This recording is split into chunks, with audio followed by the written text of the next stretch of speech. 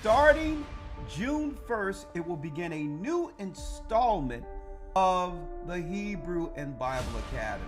The full 12 weeks will be concentrating on the beginning and fall of Babylon, history, the understanding of the religious aspect of Babylon, as well as what?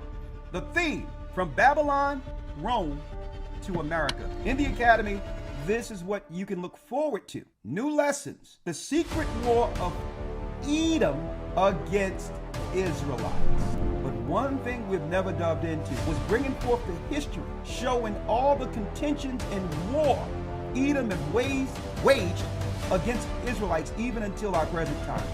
The desolation of abomination, how to calculate time according to God, and I can't wait for this lesson, Armageddon.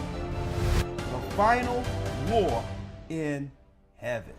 If you've never been in the Academy, you want to be in this one. June 1st, we're in open enrollment right now. Go to historytimes.org to enroll.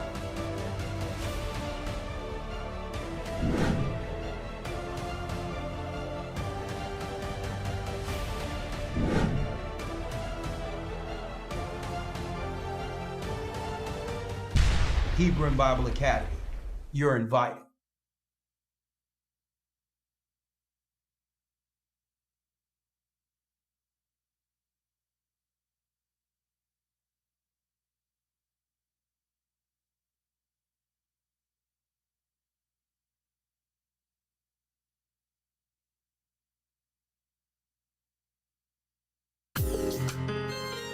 Shalom, shalom. Come on in, brothers and sisters. Blessings.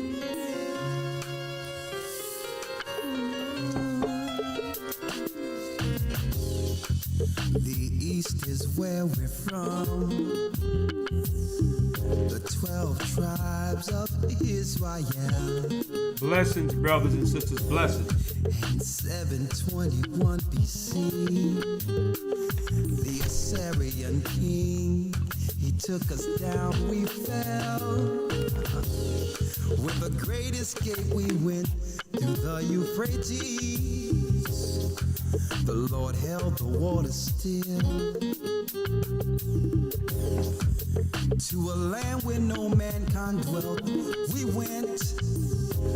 The 12 tribes of Israel. That's who we be, Manasseh, the Cubans, Ephraim, from Puerto Rico, and Valley from the Isles of Hawaii. Blessings, blessings. The Lord is calling back Israel. Zebulon from Panama, Gad, the North American Indians, Simeon, the Dominicans, our highest gathering in Israel. That's right, the Most High's Gather in Israel. I'm Elder Rawchaa of the Gathering of Christ Church here with our weekly broadcast. And yes, I thank the Most High Ahaya in the name of Yeshua for allowing us to come before you this evening with a special broadcast titled Hollywood Babylon. Of course, we will have a special guest, an actor by the name of Dennis L.A. White, who have premiered in over 90 different movies. And we're going to hear his input, his insight, and get some real inside information on what's going on in Hollywood, right? The good, the bad, and the ugly. I'm going to ask a few questions. And of course, he has a premiere tonight, so he can only be here an hour. But I'm going to ask all I can ask within that hour. And then we're going to move it over this Friday. I'll try to get him on Patreon. And then he have a special premiere side by side with us here in the Hebrew and Bible Academy. Dennis L.A. White, I'm waiting for him to come in through Zoom. In the meantime, I'm going to, that's right, bring what I have to bring. Now, the reason why we like to talk about, I want to go into Hollywood because most people don't understand the religious aspect of Hollywood. Okay, I'm going to ask him a few questions, and he's going to answer what he can, still being in the industry here. But hey, We're not going to pull any punches and in hopes that our people can understand what we're up against spiritually in this this serious spiritual battle between good and evil. Shalom to my brothers and sisters throughout the four corners of the earth. If you don't know, I'm Elder Rawchaa of the Gathering of Christ Church, and I welcome you to this broadcast. I would like to say thank you all for all those who support the church. This coming Sunday, we're going into the secret war of Edom against Israelites. That will be the lesson. It's a continuation of who is Edom, but we're going to show you all the wars that's going to eventually lead to the desolation, the final cataclysm that the Dead Sea Scrolls prophesy, where it says the final war will be in the desert between Esau, Judah, Benjamin, and Levi. So this coming Sunday, we're going into the secret war, the secret wars of Esau, or the Edomites, against the children of Israel. And we're going to also go into the Khazarians, the last conversion that we see currently in Turkey and the Ukraine. They're the serpent people, the children of Edom, hiding under jewelry. That's right, this Sunday in the academy. And of course, we're going to have a brand new academy in a few weeks for those who've missed this one. Don't worry about it. We have a brand new academy coming. Okay. Brand new academy coming. One second.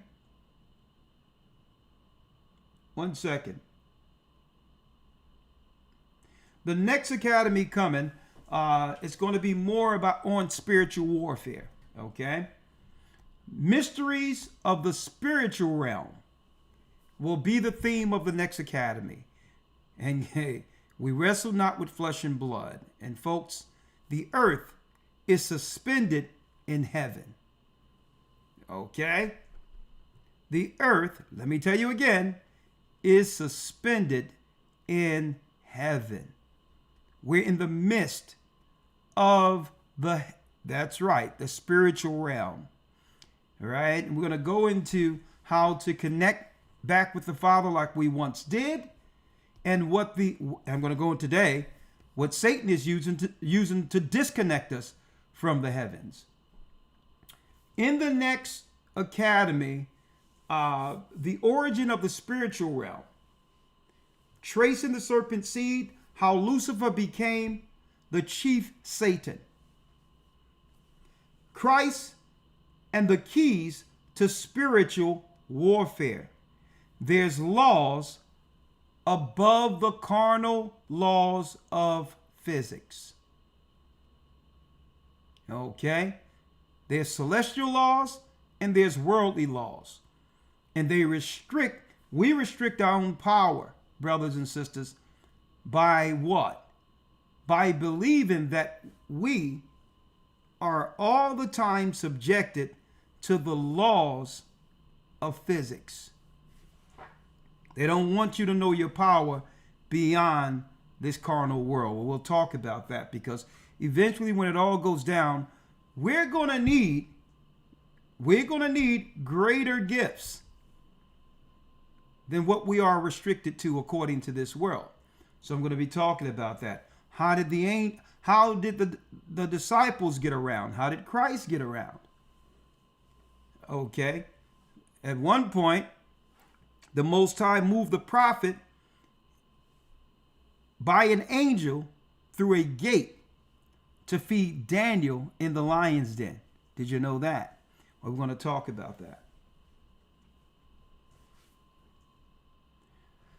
Christ and the keys to spiritual warfare, the priesthood of Satan versus the priest of God. We're going to break down the brotherhoods of the Gentiles, the yellow, red, and white brotherhood. That's right, that control Islam, Christianity, Buddhism. That's right. We're going to show you the truth concerning the brotherhood of Satan, his fraternities, against the true priesthood that Christ established on earth. That and more for the next academy, strictly breaking down spiritual warfare. You don't want to miss that next academy. go to historytimes.org to enroll. Now, before I go into the broadcast, I would like to give my deepest condolences to my brother, Bishop GOCC in New York. In our last calendar that we put out there, it was such a blessing to see his sister baptized into the truth. And unfortunately, her battle with cancer, right now, she's in the spiritual realm. She just passed a few days ago, a part of this church, and she has, she left some children here, and we're going to make sure we look out for her children. And we're always there until we see her again. And, of course, I'm a little melancholy based on the fact that a sister in Christ, the sister of a pillar, Bishop GOCC, brother, you got my deepest condolences. Lawya Rawchaa. She's passed over, a beautiful daughter of Zion, Ephraim, and her going away will be soon. And you got my deepest condolences, brother. Okay, and of course, we're going to see her again, and she fought. She was always a pillar, working behind the scenes in Puerto Rico to make sure the work continues. And guess what? Right now, for this side of her work, it's done. She's earned her keys into heaven, and we will soon see her upon the return of our Lord and Savior. We must work. We must work to see her again.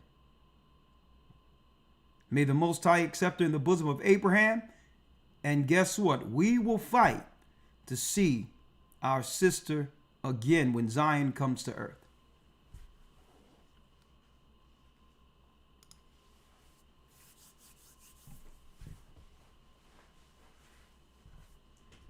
Rest in peace.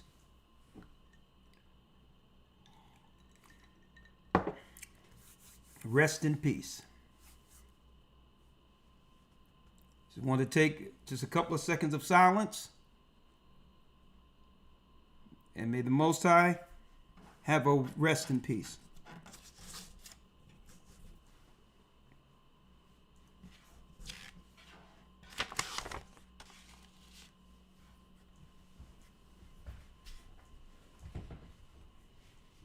All right, blessings, brothers and sisters.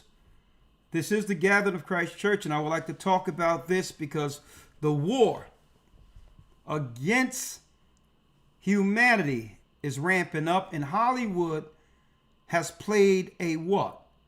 A serious role.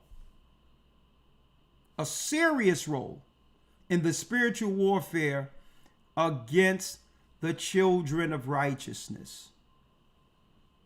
And it's time that we become aware of that particular cesspool, Hollywood Babylon, and understand its impact in this earth. Now, have it always been negative impact? No. Okay. When it comes to culture, when it comes to the gifts the Most High have given us, through Hollywood tools, the world was able to experience even the good the Most High would have in us. But guess what? There's a fundamental foundation of darkness that's a part of Hollywood, and we're going to talk about that today. Okay? As soon as Dennis, let me know. I'm waiting for him now. We have Dennis L.A. White coming on, a Hollywood actor. And we're going to talk about the ins and outs of Hollywood for 1 hour. And then after that, we'll open it up for questions. There's a serious craft connected to Hollywood. Okay? Now, was it all negative? No. Is it all negative? No. Okay? But again, there's a dark part of Hollywood that have always existed, and now it has come to the forefront. It's coming after everyone. The darkness that was always behind Babylon, Hollywood. Hollywood, Babylon. Right? Now, before I go there,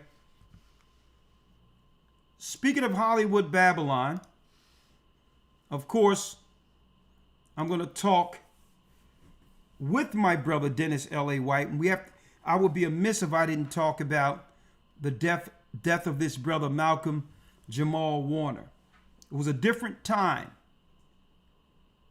If you were getting raised up in my generation, which I believe was one of the last generations that held to the old traditions and values that actually carried us through the toughest times.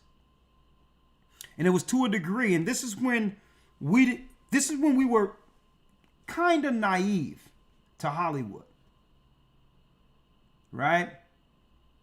Hollywood was for us Little House on the Prairie, the Waltons, right? And above all, the tippity top of it all, the Cosby Show. To some degree, when I heard that Malcolm-Jamal Warner, most of us knew him as Theo. And the generation I came up was so tight-knit that the people on television, being that there were only a few channels back then, the people back then on TV was like family members to us. We felt their pain, okay? We felt what they were going through as if it was a family member. There's only a few channels. And there was only a few channels that actually promoted television shows of people who looked like us. So therefore, it was more personal, for us when it came to people like Theo, right? When it came to Good Times and we found out that the father on Good Times died, right? We all sitting there shocked and it says to be continued, as if we lost family members. That's how close our community was. And that's how much impact Hollywood, to some degree, positively had on our culture. When we seen Theo, when we seen Cosby, when we seen Claire Huxtable, it was showing the part of our community that always existed, yet rarely promoted amongst Babylon, Hollywood. Clean-cut people. Highly educated, spiritual, family-oriented. And it was what? It was a broadcast during this time that led us into more so excellence than degradation. So I pray that the brother Malcolm-Jamal Warner, I pray that his journey is safe in the bosom of Abraham, if it be the Most High's will. And I pray for him and his family, because guess what?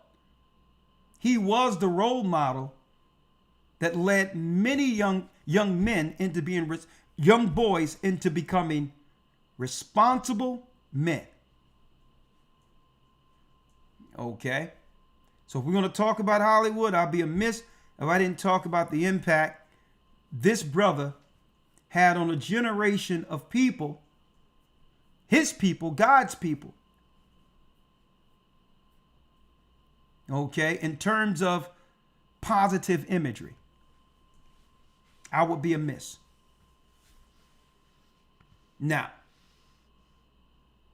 while I'm waiting on Dennis to come in, let me check Zoom. Let me check here. And thank you all for your presence. I know I'm early today, but I wanted to make sure we accommodate our guests. I wanted to make sure we can accommodate our guests, so I came on early, right? All right, so while I'm waiting real quick, let me do this real quick. And do us a favor, folks. Hit the like button if you will.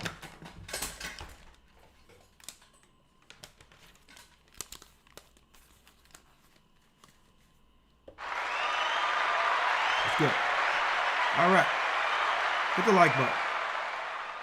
While I'm waiting here, I thought I would talk about something real quick, right? In Ephesians, the 6th chapter, it states that we wrestle not with flesh and blood. Now, why am I talking about this? We are in a serious war. Satan is playing for keeps, knowing that he has a short time. And with this AI thing, with this chat GPT thing, I'm going to tell you right now, we must be careful. We must be careful concerning on how much we lean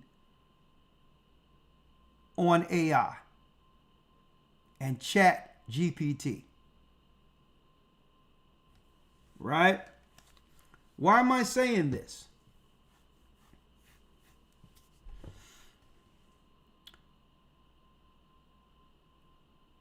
Last week, I went into the darkness that started from the beginning when you seen that Sabbath. And that darkness was concealed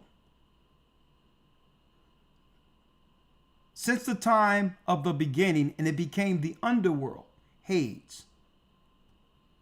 Well, for those who don't know, that darkness or chaos has been released on earth. There's nothing new under the sun.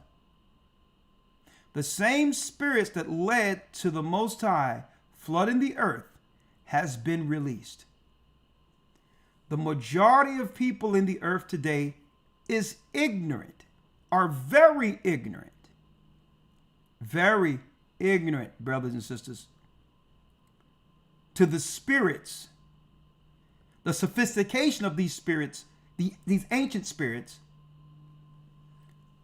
We're ignorant, a lot of people, ignorant to how they are communicating with this generation like they communicated with the people of the past. Listen to me clearly. The computer, the phone, can be more effective in bringing people into the occult than modern day or ancient day Ouija boards. Listen to what I'm saying, folks. When it comes to chat GPT, and I'm going to bring something for you. I'm going to show you. When it comes to AI, we must be very careful. I'm speaking of those who believe in God and Christ and understand that there's only good and evil. We have to be very careful on how we use these specific tools. Never substitute your brain for alternative technology. Now, in certain things, when it comes to efficiency, I understand. Okay. Just say if you don't want to, you got a quick contract that you need to get notarized, and you want AI to quickly draft that up for you. The same as if you would have typed it. Okay. That's a convenience that you don't have to worry about dealing with the expense of a lawyer. Right? Just say if you wanted to draft something, plans or something like that, you know, being a builder or a carpenter and needed to throw something in there where now, Dennis White is there. And I'm going to talk about this after we done the interview. Right? Hold on 1 second. 1 second, Dennis.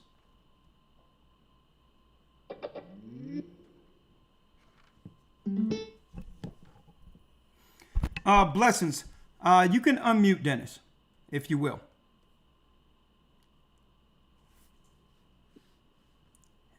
Can you hear me? I can hear you. Can you hear me? Blessings, brother. Yeah, I can hear you loud and clear.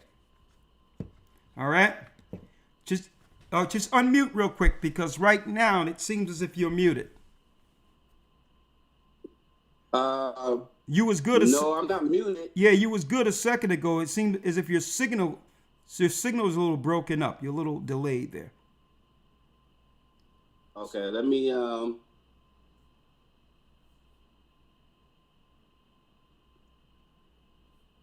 turn this. Now, it seems as if your signal is a little weak.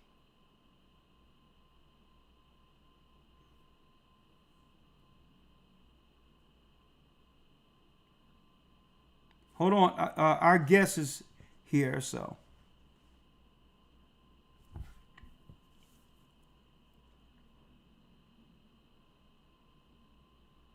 One second.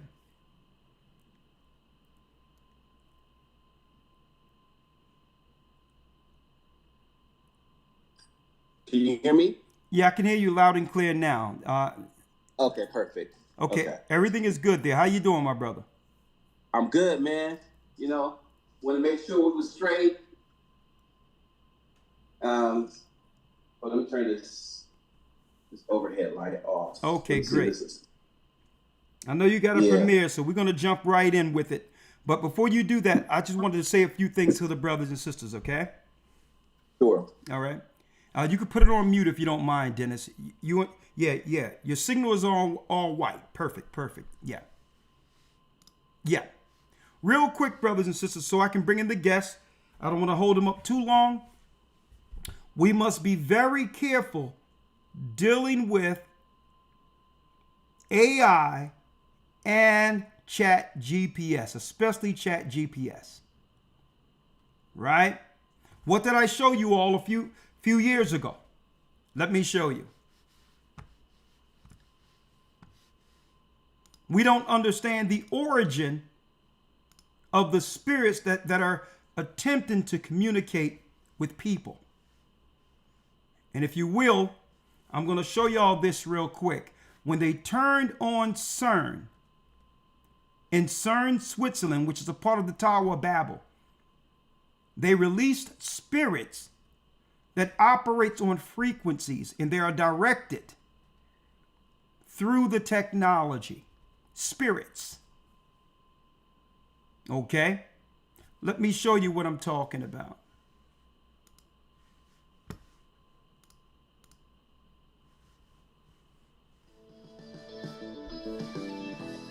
Hidden Magnetic Portals Around Earth, presented by Science at NASA.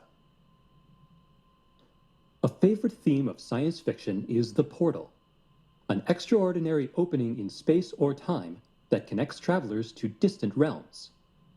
A good portal is a shortcut, a guide, a door into the unknown, if only they actually existed. It turns out that they do, sort of. And a NASA-funded researcher at the University of Iowa has figured out how to find them. We call them X-points, or electron diffusion regions, explains plasma physicist Jack Scudder of the University of Iowa. They're places where the magnetic field of Earth connects to the magnetic field of the Sun, creating an uninterrupted path leading from our own planet to the Sun's atmosphere 93 million miles away. Observations by NASA's Themis spacecraft and Europe's cluster probes suggest that these magnetic portals open and close dozens of times each day. They're typically located a few tens of thousands of kilometers from Earth, where the geomagnetic field meets the onrushing solar wind. Most portals are small and short-lived. Others are yawning, vast, and sustained. Energetic particles can flow through the openings, heating Earth's upper atmosphere, sparking geomagnetic storms, and igniting bright polar auroras. NASA is planning a mission called MMS, short for Magnetospheric Multiscale Mission, due to launch in 2014 to study the phenomenon. Bristling with energetic particle detectors and magnetic sensors, the 4 spacecraft of MMS will spread out in Earth's magnetosphere and surround the portals to observe how they work. Just one problem: finding them. Magnetic portals are invisible, unstable, and elusive. They open and close without warning, and there are no signposts to guide us in, notes Scudder. Actually, there are signposts, and Scudder has found them. Portals form via the process of magnetic reconnection. Mingling lines of magnetic force from the Sun and Earth crisscross and join to create the openings. X-points are where the crisscross takes place. The sudden joining of magnetic fields can propel jets of charged particles from the X-point, creating an electron diffusion region. To learn how to pinpoint these events, Scudder looked at data from a space probe that orbited Earth more than 10 years ago. In the late 1990s, NASA's Polar spacecraft spent years in Earth's magnetosphere, explained Scudder, and it encountered many X-points during its mission. Because Polar carried sensors similar to those of MMS, Scudder decided to see how an X-point looked to Polar. Using Polar data, we have found 5 simple combinations of magnetic field and energetic particle measurements that tell us when we've come across an X-point or an electron diffusion region. A single spacecraft, properly instrumented, can make these measurements. This means that a single member of the MMS constellation using the diagnostics can find a portal and alert other members of the constellation. Mission planners long thought that MMS might have to spend a year or so learning to find portals before it could study them. Scudder's work shortcuts the process, allowing MMS to get to work without delay. It's a shortcut worthy of the best portals of fiction, only this time the portals are real. And with the new signposts, we know how to find them. For a portal to more NASA science news, visit. So for those who don't understand what you've just seen there, they've found the gates between the spiritual realm and this earth where the celestials, the angels, travel. Okay, the angels minister unto us. Now, why would they need to connect to these portals? Because, brothers and sisters, this is how the heavens connects to us. So when we dream, when we have thoughts, we're being directed and we're connected to the spiritual realm. So when they turned on CERN, they did that as an interrupter. Listen to what I'm saying. It all links in. Even this conversation I'm going to have today, it all links in to what? To them disconnecting us from the Almighty, only to connect us to something very, very dark. Now, where does AI and GPT chat comes in at? CERN.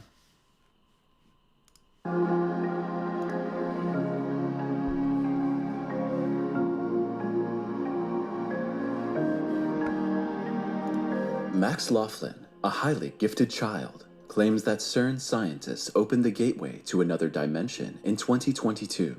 Since then, we have been on a different timeline, and no one, except a few geniuses like Laughlin, are said to have noticed. Are the tests in the Large Hadron Collider really destroying our reality?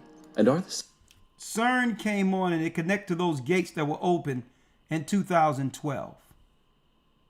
When they gave out the solution during the time of the pandemic, the spike protein, that technology opens up people to connect with a lower realm.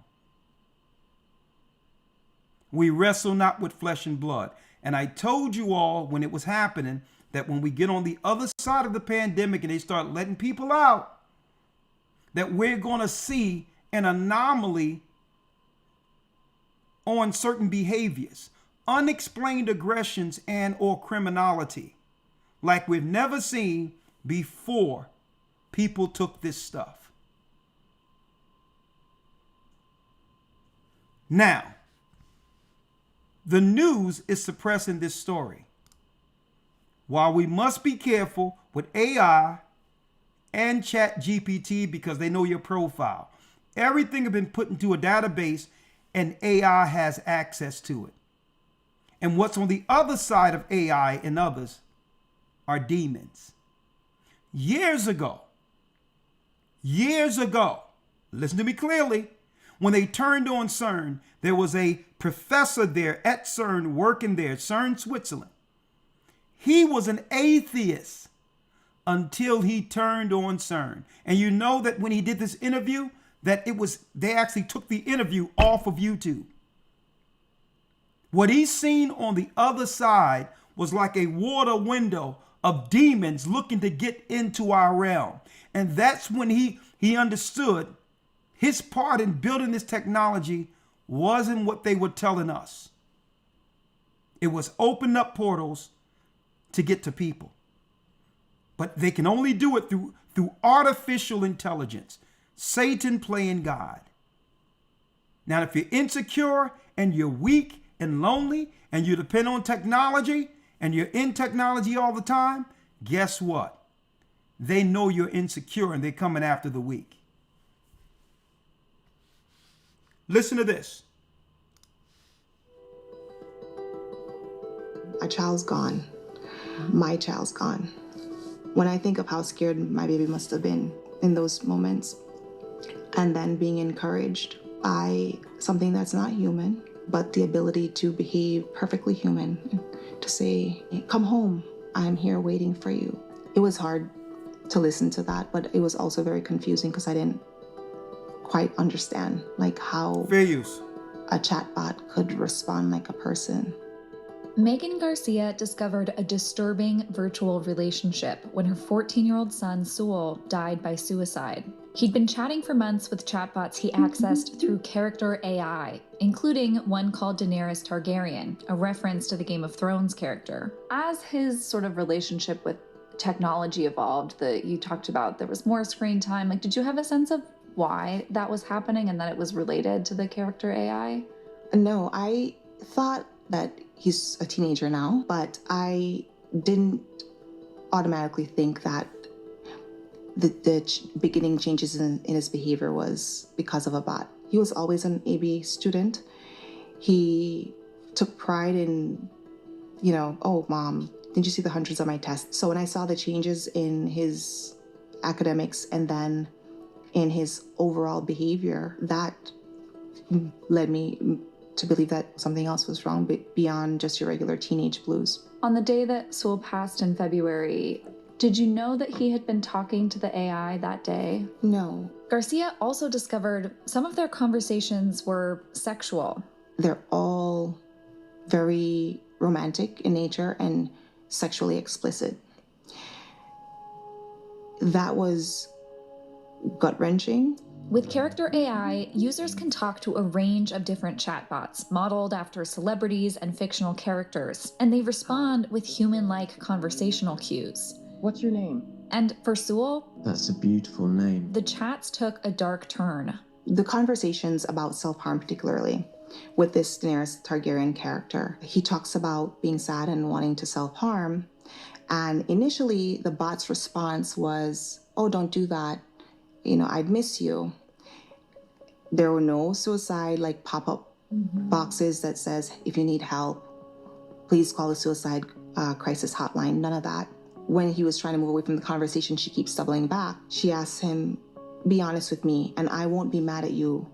I promise I won't be mad at you, depending on what you say. Are you thinking about suicide? He never said the word suicide. Yes, he did indicate self-harm, but he never said suicide. When he says yes, she asks him, and have you thought of a plan? I don't understand how a product could allow that.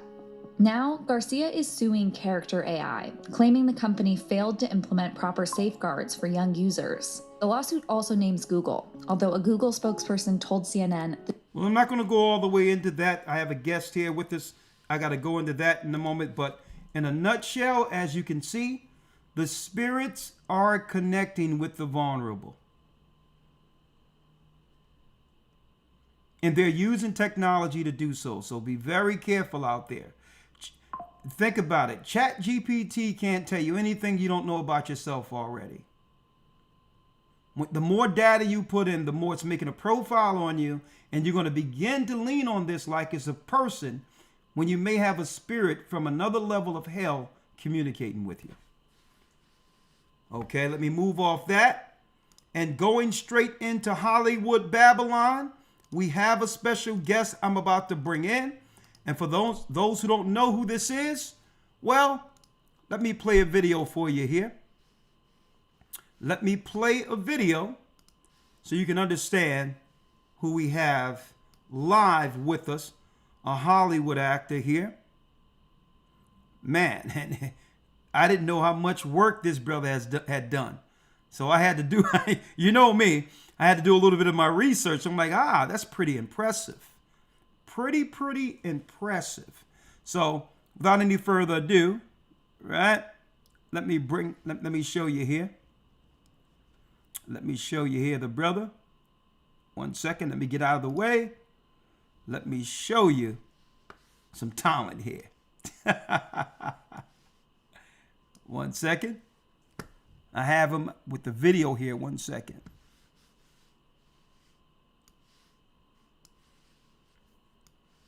I want people to see the work first before I bring the brother in.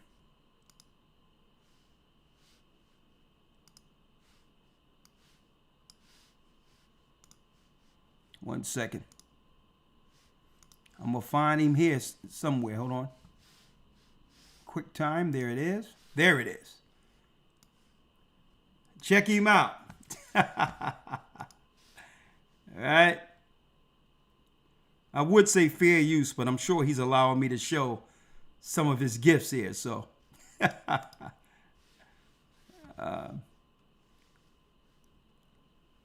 fit the screen. There it is. All right. Let me get this out of the way. All right. Let's check the brother out.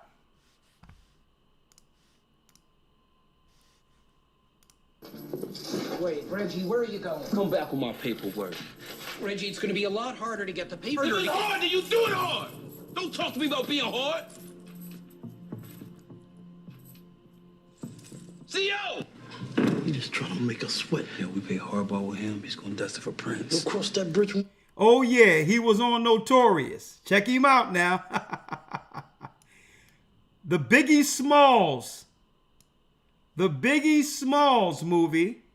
And of course, you know I have some P. Diddy questions, but let's go. CEO! He just trying to make us sweat. Yeah, we pay hardball with him. He's gonna dust it for Prince. Don't cross that bridge when we get there. Right then, it'll be too late. Look, you got priors. You're looking at 5 or 6 years easy. If I plead guilty, I get 3 in a day. Nah, D-Rock, my gun, my bitch. Oh, man, that's... Look, this got going on, it don't come around every day. When a mother like you make it, we all make it. What if I don't make it? Listen, I told you how to get into the drug game. Now I'm telling you how to get out. You don't have a record deal? Then go out and get one. But you're not going back on the block. Now when you got the skills to do something, and not if I take this bid. So you're gonna make it.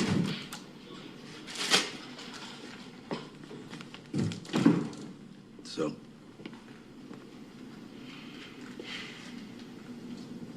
I put my socks on first, mother. Neither one of us had our fathers around to teach us how to be men. We just learned as we was going along. But maybe making it ain't Just about the you do on stage.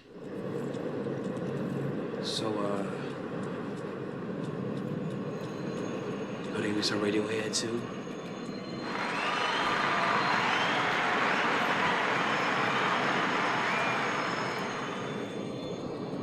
You by night. Mr. Dennis L.A. White, ladies and gentlemen. How you doing, my brother? I'm doing good. I'm like, man, it was a lot of cursing. Oh yeah, oh yeah. I know. I got my people to I got some of my people to mute some of that stuff out. Yeah. Hate it. Right? Hey, listen. Hey, I'm gonna tell you, Christ Christ came up in Nazareth, okay? You know what I mean? He came up in the lowest parts of Jerusalem. So you can't be really in this truth and understand the Most High in Christ and not understand that element, the real element,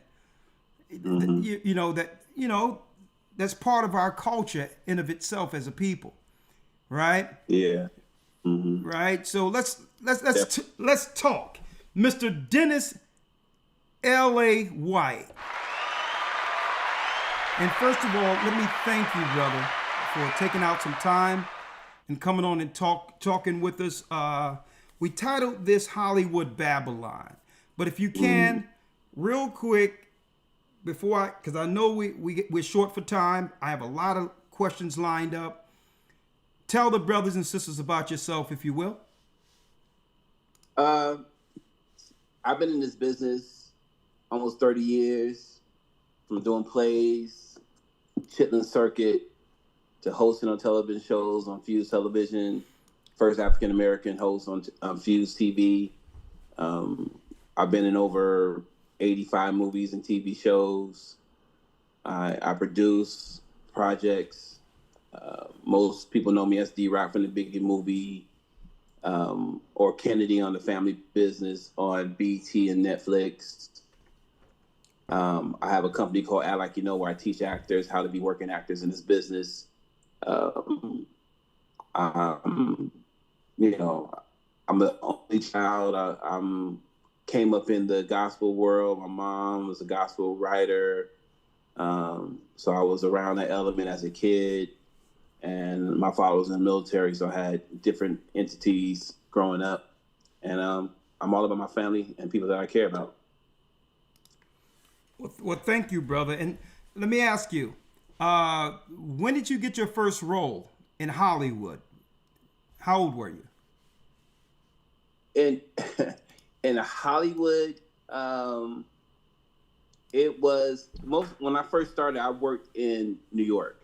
That's when my career started. All right. My very first film I shot in Myrtle Beach, South Carolina. That was my first SAG film.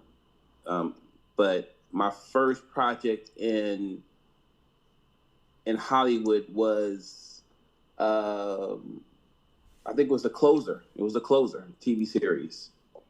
The Closer. How old were you how old were you at that time? Man, I was, I don't know, maybe my 30s, something like that. Yeah, I was in my 30s, late 20s. So I've been, in this business as a young teenager. I've been doing it for a long time, doing music and everything. And so I've always, because I'm originally from California, I've always went to Hollywood and did things in Hollywood, and dabbled, in the arts there. New York, I've been all over hustling and grinding this career. Well, let me ask you. Just say I'm a young man. Just say, really, I'm raising a young son, and my son has aspirations to become an actor and to actually have a career in Hollywood. Would you suggest that's a good path for a young man in this current climate of Hollywood? And I'm going to show you where I'm going with this. Well, yeah, I feel like you should always follow your dreams and your aspirations. You should always go after it. There's always a great path to go through it and a horrible path for anything. So if whatever you desire, the worst thing I feel in this world is to grow old and die not doing what you want to do. Okay. Not being in the career path of your dreams and aspirations. Yes, go forth.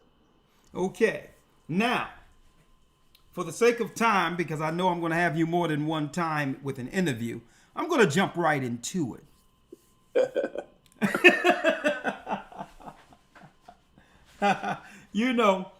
Of course, you're a man who believes in Christ, in the Most High, and of course, having a mother in the church and family in the church, you were hedged. You were hedged and was given values to understand what not certain lines you wouldn't cross based on your moral upbringing. Opportunity in Hollywood. I mean, whatever you would like to do is there for you behind closed doors when the cameras stop, right? Now let's talk about it, because many people have questions. They look at Hollywood, like I have a book right here. Hollywood Babylon. Right?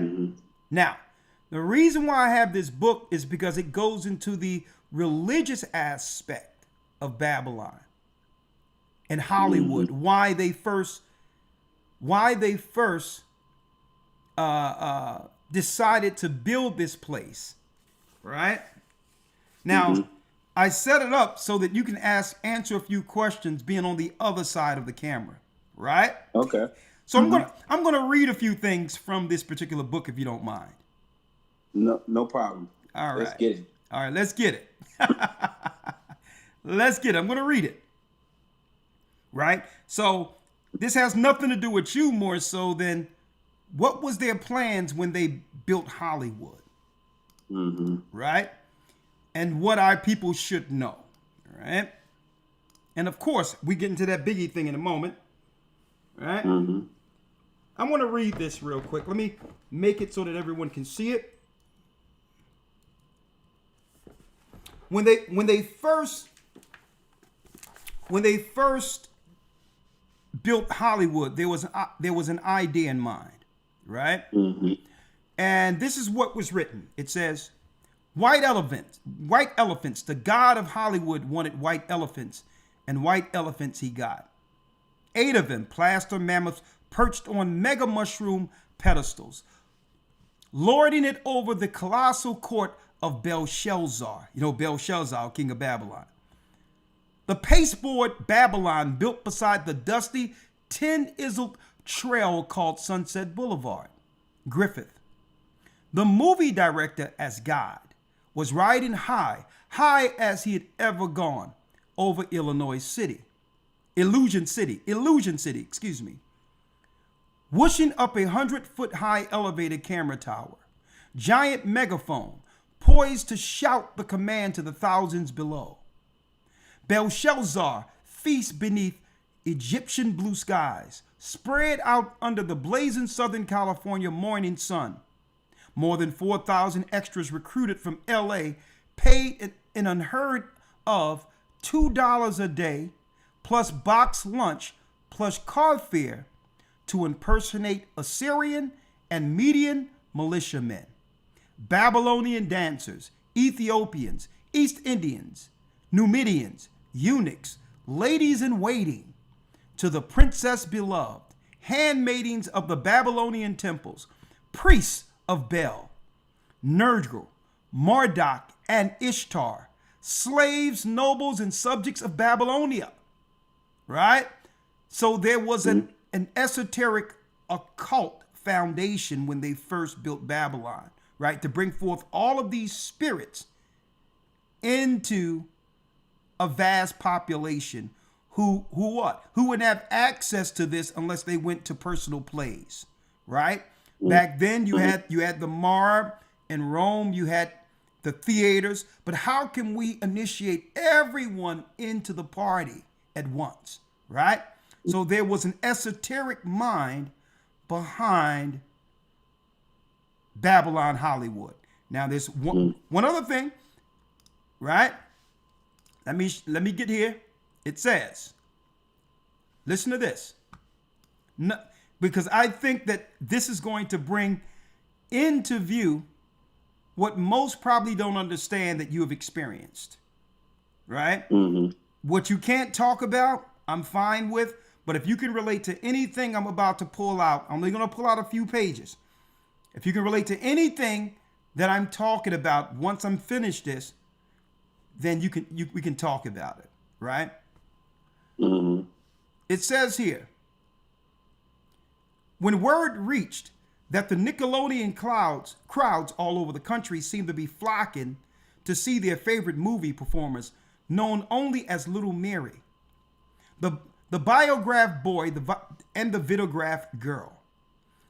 It even goes into Shirley Temple and some of the stuff that they were doing to her in this book. It's weird, right? And I think it leans into some of the pedophilia stuff that's being hidden to some degree that no one talks about. But let's talk about this. It says, then already famous faces took on names and rapidly rising salaries. The star system, it was called. A decidedly mixed blessing was born. For better or for worse, Hollywood would henceforth have to contend, with that fatal chimera, the star. Overnight, the obscure, somewhat disputable movie performers found themselves propelled to adulation, fame, and fortune. They were the new royalty, the golden people. That's where they get the Oscars from. Some managed to cope, and took it in their stride. Some did not. The teens were Hollywood's Hayakon days. A new art form was being forged from day to day. The seventh muse made himself up as she went along, making money and having fun. That's the women. And if the nouveau riche film folk got tired from the furious pace, there was always joy powder, as cocaine was called in those free and easy days. For a sure thing pick you up. In fact, a joy powder maniac movie comedy style rapidly evolved. The prime example being Triangle Keystone Cokie comedy. The Mystery of the Leaping Fish, with Doug Fairbanks as a bombed out of his skull detective, Coke Inde. In 1916, dope could be the subject of comedy. The year of the film The Mystery of the Leaping Fish, during each drug, listen to this, during each drug, English drug expert Aleister Crowley passed through Hollywood, taking note of the natives as the cinema crowd of cocaine-crazed sexual lunatics. Those were the days. And this is speaking of the beginning of what we know as Hollywood. What was known back then since the early 1900s. Is there anything that I've written, that I've read out of here since the early 1900s? Has little changed based on what I'm reading here?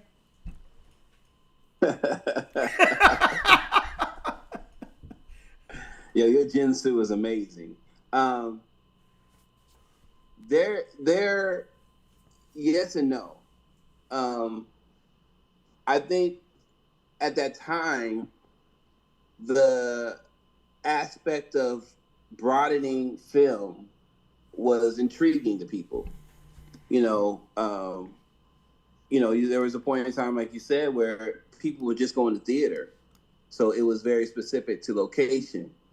But when film came about, it could reach the masses and could tell stories. And at that time, their stories were limited to what they had access to. And so now our stories are more intriguing because we can imagine different things and create different things that haven't occurred or is on the precipice of occurring. The drug stuff and everything, I mean, that's still there, but that's in a lot of industries. Doctors are known for having drug parties. Pilots are known for having booze and drug parties. I think it's more prevalent or highlighted in the entertainment field because it's an industry in which people gravitate to and want to be a part of. Well, let's talk about that for a second.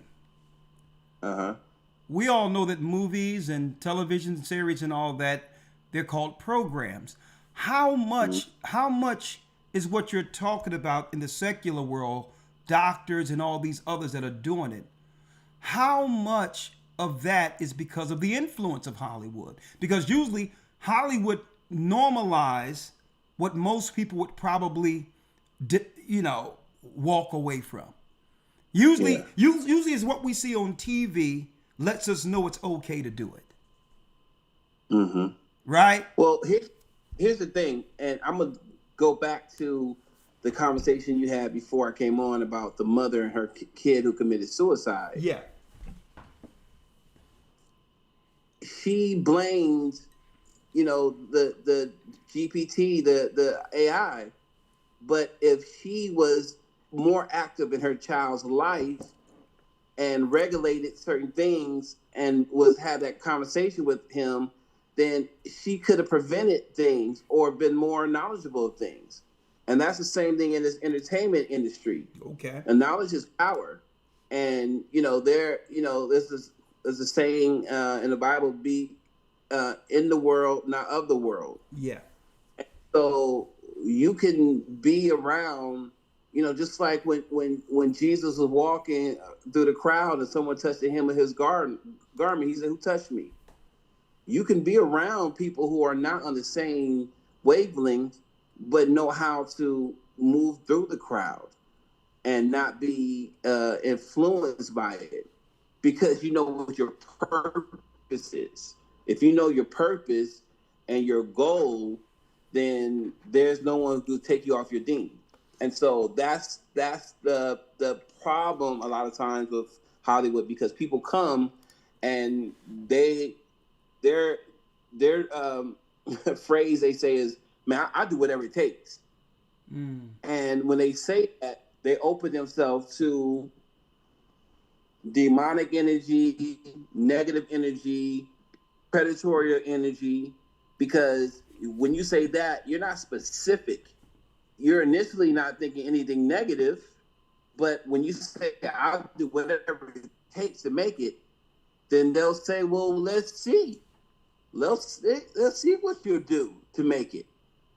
That's never been something that I stood on. I do whatever it takes. Nah. Okay. That's not how I operate. Well, speaking of, and that was a good point you're making, is that we grew up in a different era where there was enough time to pay attention to our children, and every child didn't have access to the world with a telephone, right? We grew up in a more simpler world where children were easier. It was easy for parents to actually safeguard their children, right? The whole block knew each other. Everyone protected. We knew where the dark side is, and even the people who were dealing on the dark side protected those who they knew. They would fight someone not to do what they're doing. They would make sure the kid that was going to make it out was protected, right? Yeah. So you and I, we were raised in a different era now, where now there's very little protection and the families have been divided. So this sister was probably at work. Who knows? She probably only got a man, and that chat GPT became his companion. But there's one thing that you said that really jumped out at me. When you said, well, some people come in the doors, in the gate stating, "Hey, I'm going to do whatever I can to make it," right? They don't realize who they're speaking to. And that leads me to, I know you played in Notorious and you know Sean Combs personally, correct? I do, yeah. Would you say, based on, and you can speak freely and say what you can still in the business, would you say that Cassie was one of those who came through the door naive and probably put out there, "Hey, I'm going to do whatever I need to make it in this business"? Yeah, she was definitely naive when she came into the game. She was young. I think she was like 18 or 19 years old when she got signed to Bad Boy, the Ryan Leslie. And she sees this figure who's, at that time, the hottest person in the music business. and he's taking a liking to her, and he owns her career. And, you know, I could make you, you know, the biggest artist out there. You can take Aaliyah's spot. And as a young girl who wants to be an artist, and you're in that predicament, you're like, I made it, not knowing what was on the other side of that door. And it became, she spun down. And, you know, you know, there's a lot of people who punch down on Cassie. She should have left. She should have got out of there. If he did that to me, I've been gone. You don't know. You never been in that predicament. So you can't speak upon that. Okay. You don't know what that girl, the stuff that we do know is probably just a portion of what she really been through. So I can't shame her for how she handled the situation. Do I agree with everything she did? No, not at all. Do I think that Sean was 100% wrong? Yes. The things that he did to her, and you know that we do know was foul. No cap on it. It was foul. It was wrong. Let me ask you. So when these things were happening, there were people around him who knew what he was doing was wrong, and was there any protection or anyone there to? You would think someone would be there to help a sister who's vulnerable, young, impressionable. So there must have been a circle of people around who would allow this to happen to a young girl. And what's going on with that? Well, what I think happened was there were certain people that had an issue with it, and if they spoke up, then they would get violated, their money would get cut, they would be threatened to be fired. And so the worship of the almighty dollar was more important than protecting this young girl. And then the flip side of it is you argue with Puff and tell him, no, that's wrong. And this is not from firsthand knowledge, but from what I've heard. You know, Puff, don't do that. You stop hitting her. And the next day she's back underneath Puff. So there's like, you know, it's kind of like, well, I mean, how I can't keep fighting for her if she's not fighting for herself. But I do feel like there's a lot of people that was complicit to what was going on. I know for me, if I'm around somebody, I'm not even talking about Puff or entertainment. If I'm around a homeboy and he's smacking up his girl in front of me, that's not going to happen. I'm going to check him and kind of correct the situation. And it's also going to make me not want to be around him. I can't condone that situation. I just can't. So I can't still be cool with him and knowing he just beat up his girlfriend. She come downstairs as a black guy, and I act like everything because I'm complicit. I'm third party abuser, you know? So we have to really stand on morals and what's really right. Yeah. And a lot of times those lines get blurred. Well, let me ask you this. I'm glad we're here. If you don't mind staying right here real quick on that, right? When we were coming up, right, and I know you were coming up around in the same age demographic. Mm-hmm. And back then, gays had their line, their places they would go for their parties or whatever the case is, and no one bothered them. And those in the church, we had clean fun. We'd go out Saturday night, Friday night, and go to church on Sunday, right? But we had, there was a line not crossed by either side, right? We went to church, right? Whatever the case might be. Gays was on their side, and we were on our side, right? Now, why am I going here? Is because we remember a time during the time of, I know here, Philadelphia, Power 99, you're right. Yeah. In Puffy's and Sean Combs' heyday, Wendy Williams was putting out a few things, and she had to run out of New. She got ran out of New York, and she started broadcasting here in Philadelphia. Yeah. Right. Remember that? During that broadcast, she was intimating that there was a gay mafia, and she was putting out their fillers to see who would know the gay rappers. Do you remember that? Yeah, I do. I do. Okay. When all that was going on, and then it comes out later that, okay, there could be a gay mafia running things behind the scene, that was shocking to people like us who was just coming out of hip hop, music, R&B, love songs. And we're from the church. So the last thing that we think about, especially looking at how gay guys are in our neighborhood, how can they run something, right? It was a shocker, a culture shock to us. And we're like, what's really going on in the music business where they could run Wendy Williams out of New York into Philadelphia? What is this gay mafia, and does it truly exist? I'm asking you. Here's my take on that. So a lot of times people that are in the church are holier than thou. Yeah. There's a strong homosexual presence in the church, the gospel church. It's always been there. There's always been there. Oh yeah. Even in the Catholic Church, the priests that are molesting these boys, it's always been there. So why wouldn't it permeate to music? Or they were saying Marvin Gaye and all these other Teddy Pendergrass and all this it's part. There's people there who in every job, career field that are gay or straight, whatever. My issue with Wendy Williams is mind your business. There is a gay mafia. You know she's a shock jock though. She's a shock jock. That's how she get through. But I'm just saying, it's one thing to be individually dealing with an issue.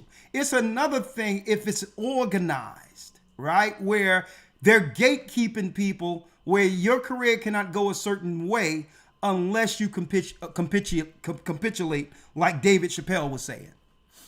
So, but here's my thing. If there is a gay mafia, I have no concern or desire to know who's gay, because it doesn't concern me. So because I'm not gay, and you want to give a role to another guy that is homosexual adjacent or complicit, and I don't get the role because of that, oh well, I'm okay with that. Have that ever happened? Hold up. Have that ever happened where a role was presented to you, a gay role? Yes, definitely. And I told my agents I don't play gay. So any more roles that come to you for me playing gay, turn it down. I just don't play gay. And the TV series, I'm not going to say the name of the TV series, but it was a prominent TV series. It was a series regular. The money would have been great, but my soul is more important than my role. My soul is more important than the role. Okay. And on that though, right? On that, do you think that your career would have progressed even further if you took the role? Who knows?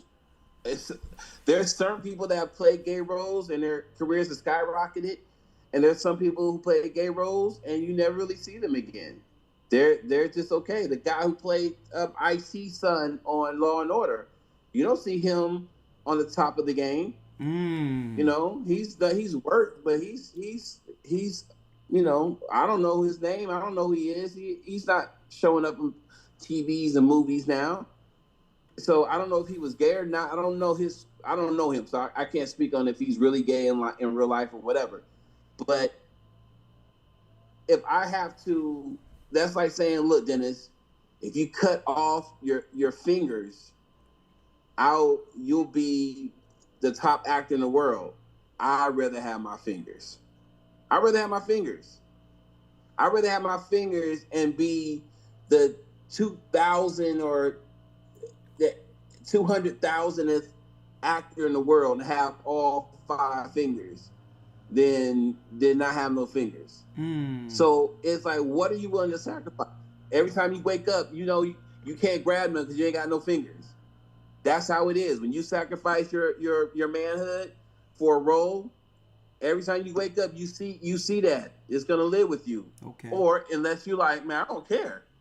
And if that's how you feel, that's how you feel. But for me, I can't cry over things that was not for me and that I turned down. I'd rather, thank you, God, for keeping away from me. So praise the Most High. I don't know where my career would have been if I had portrayed that role. But still, you not going that way hasn't prohibited your working in the field. So there's still a lane for you having integrity in that business for you, is what you're saying. Definitely. Praise the Most High. The road might be a little longer. It might be a little more rough. But it's more gratifying. There's still a road. It's gratifying at the end, right? Praise the Most High. Now, there's one thing I wanted to show that most people, maybe you knew about this, but Sean Combs said something a few years ago when things was locked down during COVID that was ruffling a few feathers. And I don't know whether or not this was circulating in Hollywood, but some say that this led to the investigation pulling out old tapes, if you will. Let me pull this up real quick because this was profound when I heard this. I need you to tell me if you can hear this, okay? I'm going to play it all the way through. It's only 2 minutes, all right? All right. Get to action. I don't care if you understand it, you don't understand it. I'm a warrior. I've been in head-to-head with these folks in corporate America. You know what I'm saying? Like when they ask the question, is there systemic racism? And nobody answers the question. I'm like, yo, no, hold on. This systemic racism, they trying to keep their foot on the neck up to my level, up to Jay-Z's level, up to LeBron's level. It's an illusion of inclusion by just a couple of us. So I could sit back here in the crib, but I'm not with that. I'm from that same block. I'm a frontliner. I'm with the smoke at any time, no matter where my address is at. We're in a war. This is not a game. Everybody needs to wake up. I'm ringing the alarm. I'm having a start right now to organize and to come together, and so we could build our political army unapologetically for the things that matter to us. Do you believe there's a way to vote and support like your personal interests and the interests of your people as a whole? Yeah. See, when you at our Black Party, we love free-thinking, free-minded people and individuals. That's all we want in life, is to be able to be free and to be able to think as free as we want. But you have a responsibility to your people to ride on what they riding with for the betterment of the good of the whole overall tribe. We are a people that have been abused the most. And we got to start biting their legs off. That's right. You know, when they put their foot on our neck, we got to start biting that off. When they shooting us in the back, we got to start defending ourselves. You know what I'm saying? Because ain't nothing going to stop unless you stop it. It's black insanity. We have to get off of this. We have to wake up and see what's going on. The world is watching. Because it's such an easy conversation to have. Do you know that, Sean Combs? I do. And he was basically, that was because of Diageo, the liquor company. He went to go look at their grapes, and for his brand, it was smaller. They didn't give the same type of I can't think of the term of what they use as far as marketing. They were marketing the agave plants. Yeah, it was a smaller field compared to the other ones. Okay, and he felt like because of what I generate for this company that it should be equal. But here's the thing that we have to always realize is that I don't care what we want and we desire as African Americans, as blacks, we're not equal in their eyes. We're never going to be equal in their eyes. And we can have the false sense of hope that we're equal because of our success, but we're still not equal to them in their eyes.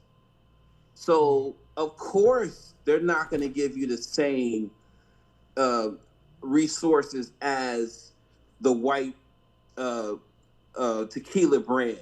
Because if you get the same resources, you're going to surpass them by tenfold.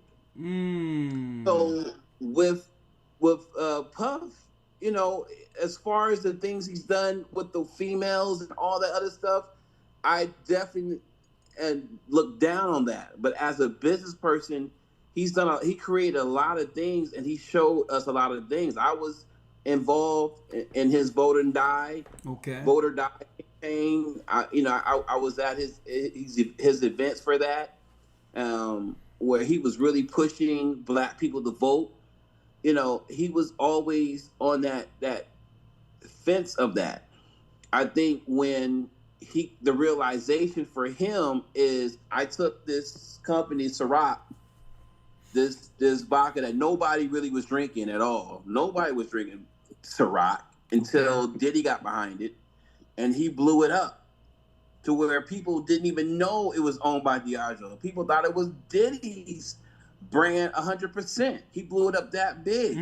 He felt like his hard work, his sweat equity, that it should have the same, level of agave resources. And this wasn't the case. So when he bucked up against the system on that level, then they showed him who really is in control.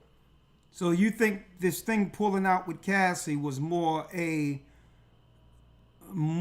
of a leveling for the elites or those in power, showing him, to stay in his place, so to speak? It was a public lynching. A public lynching. Yes. Now, do you think also being the timing of this at a time where it was about to be an election, that you think the DNC or the politics in this also, because he was talking about bringing black money together, right, and helping his people to some degree, right? I don't know.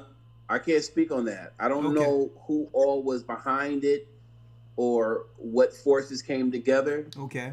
But a lot of powerful forces that came together to tear him down, to show him, look, Negro, stay in your place.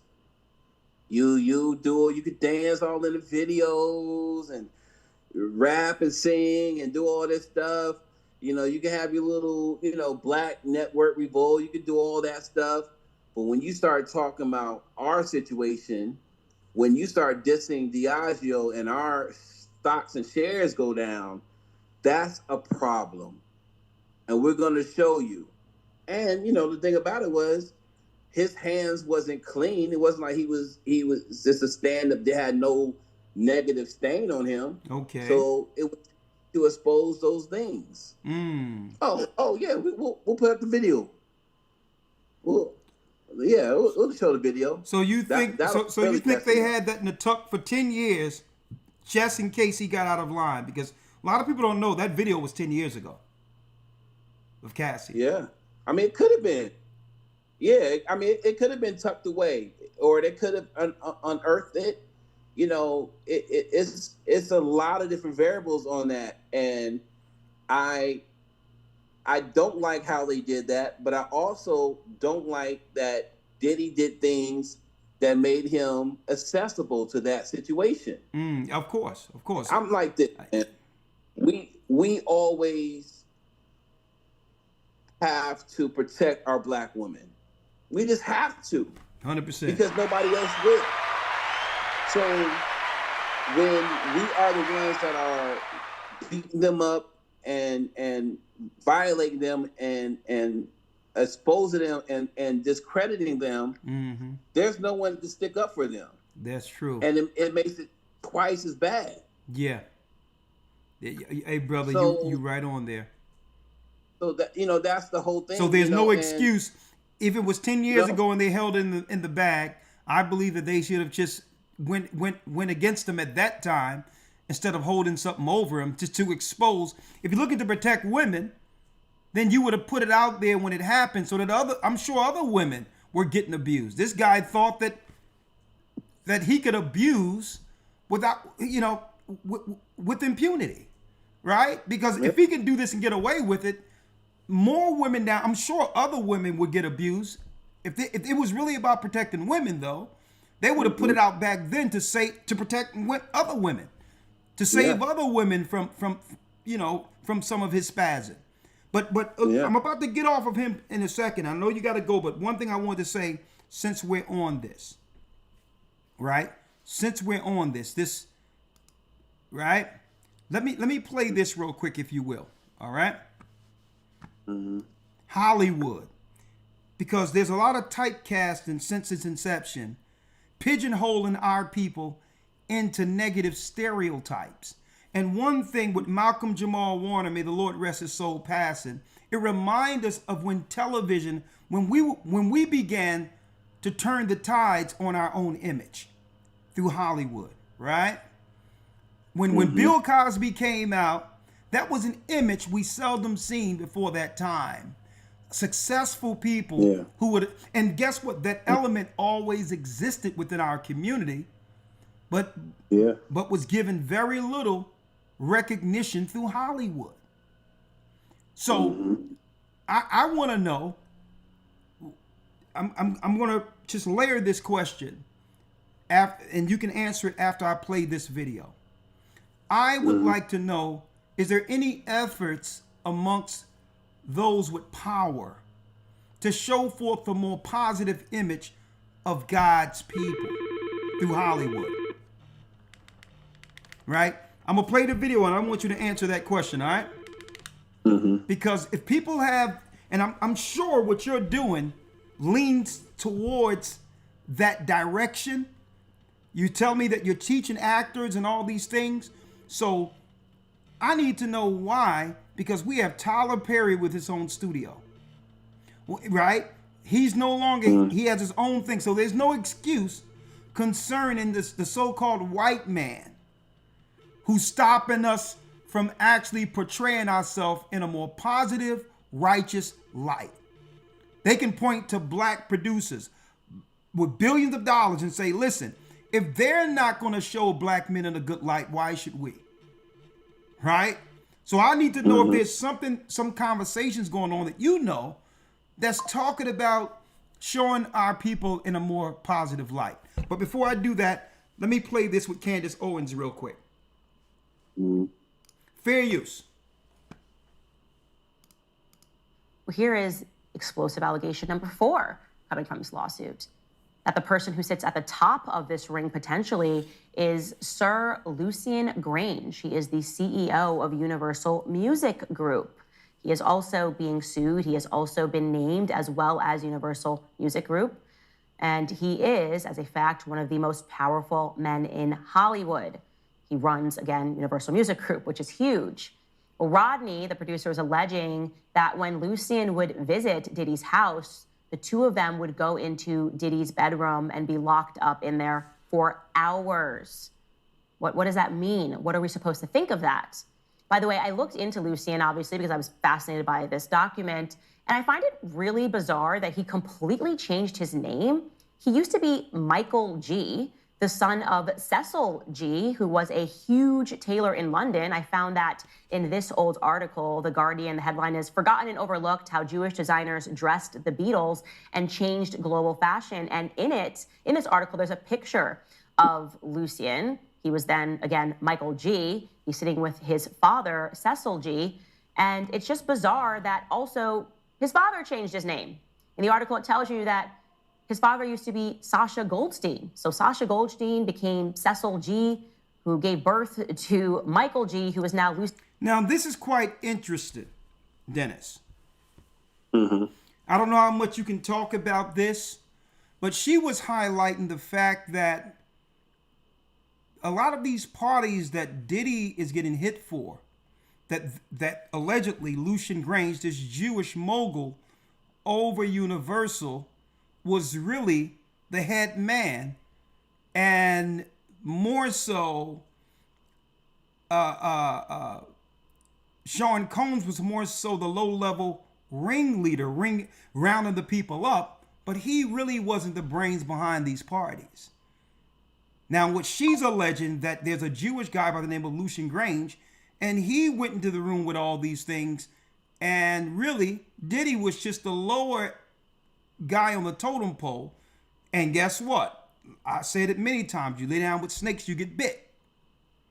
But why do you think that now, like Sean Combs, or a black man, is the face of all this debauchery, leaving out those who truly orchestrated all of this since the inception of Hollywood? What say you then with that? Why is it that Lucian Grange was mentioned first? Of all, go ahead. Candace Owens can't say nothing to me. Okay. I have no kick it for. Okay. You know, you can't. Is anything she's saying is true though? Wait, you can't diss, spit, and cuss out and discredit the black community, and then when you get ousted, to try and come back to us. Like we let people come back in. Stay your mangy behind out there with them. That's who you gravitated to. That's who's back jumped on.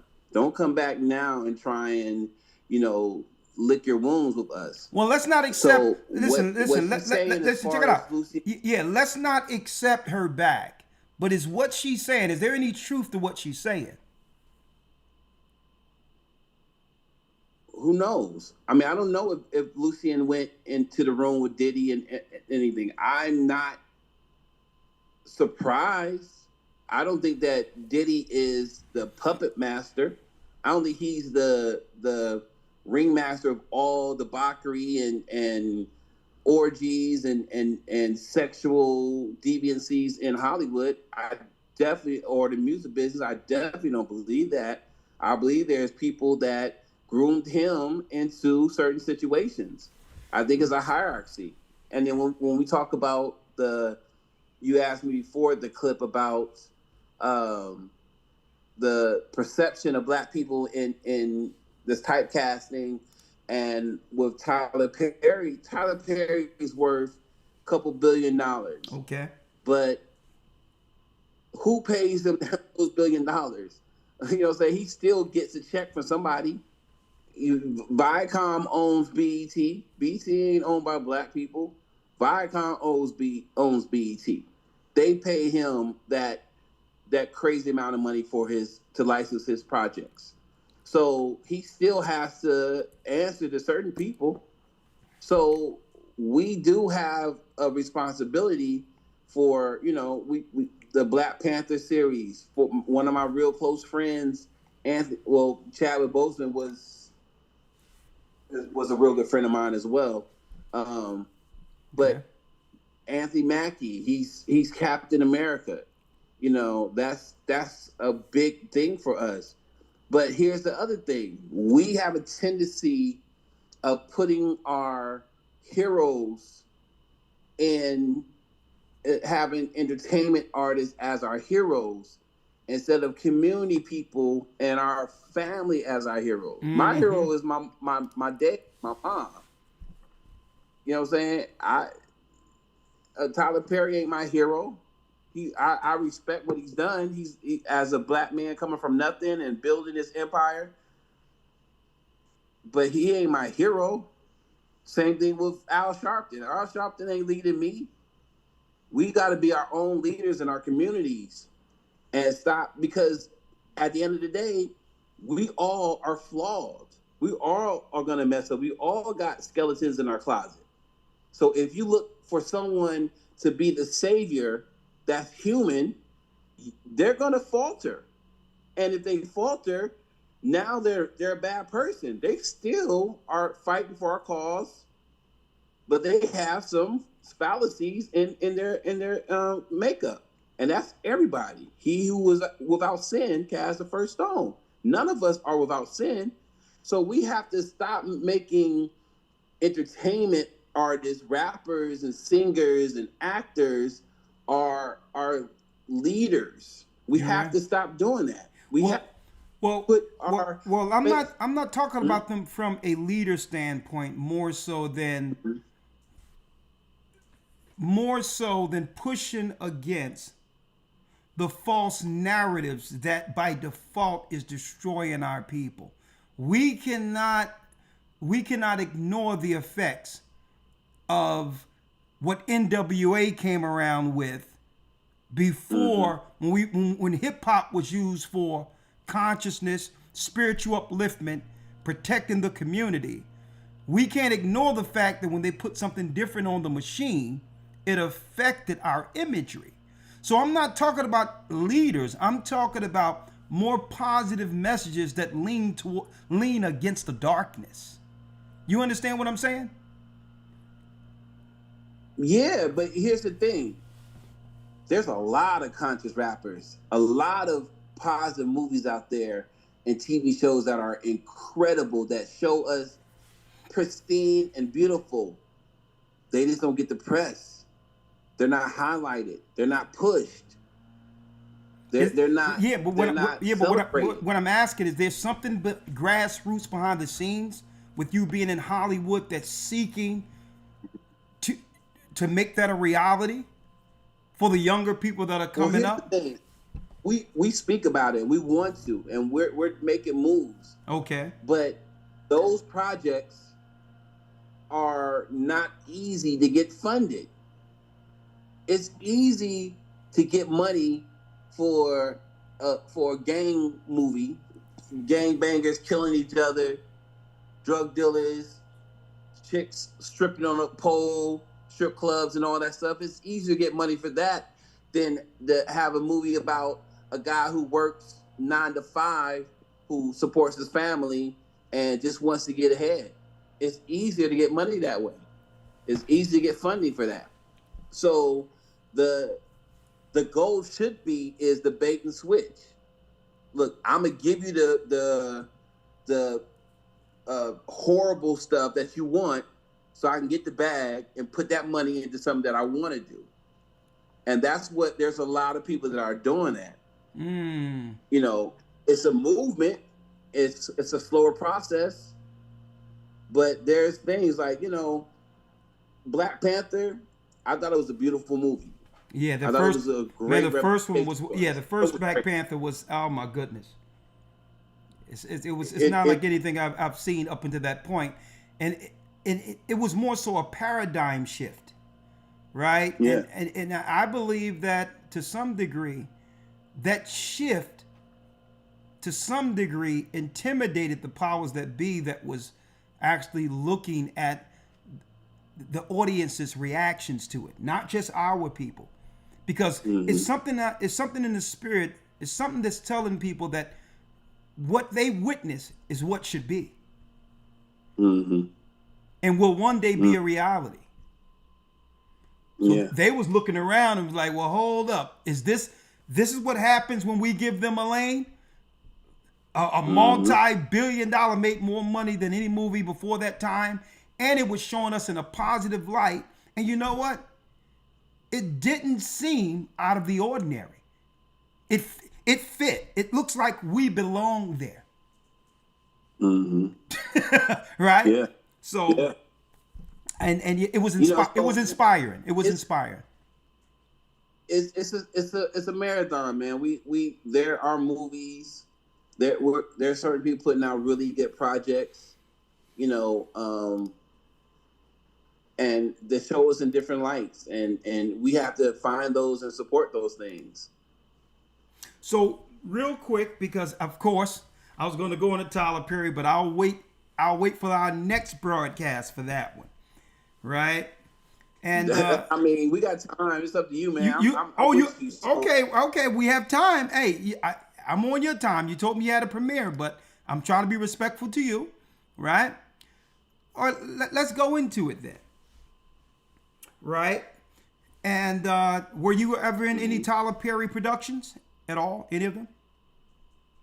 I've done any work with Tyler Perry. Nope. Okay. Never.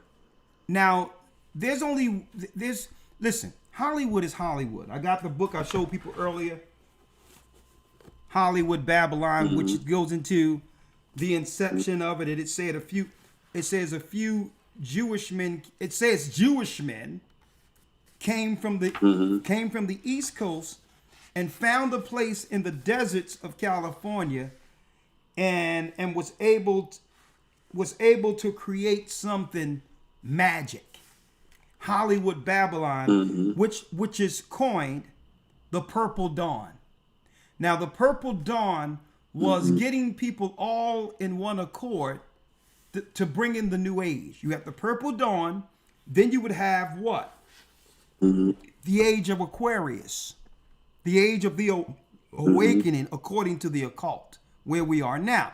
But the whole deal was, and it shows in the book with Aleister Crowley, that in order to initiate people into this, Dennis, the whole world, they would have to get the earth or people associated with the sex magic that was taught by Aleister Crowley to the Hollywood producers. Alternative lifestyles, which opens up what? A dark gate into a community, right? It's called sex magic. And it's in the book. And more people that's a part of Hollywood, right, that associate with immorality, they needed the drugs to cope because they opened themselves up to a demon that they didn't know existed, but really the elites that set this up knew that they were opening up a gate that could destroy the actors. Right? Now, one thing, let's go into Tyler Perry real quick, because in the book, there's something in particular that stands out. Right? Let me show you here. And when you get a chance, you probably want to get this book. Because it's interesting. Let me see here. It's another page. Let me see if I have it. Well, it's another page. Let me pull it up here. It goes into Haran, but then it talks about the new gods. The new gods, right?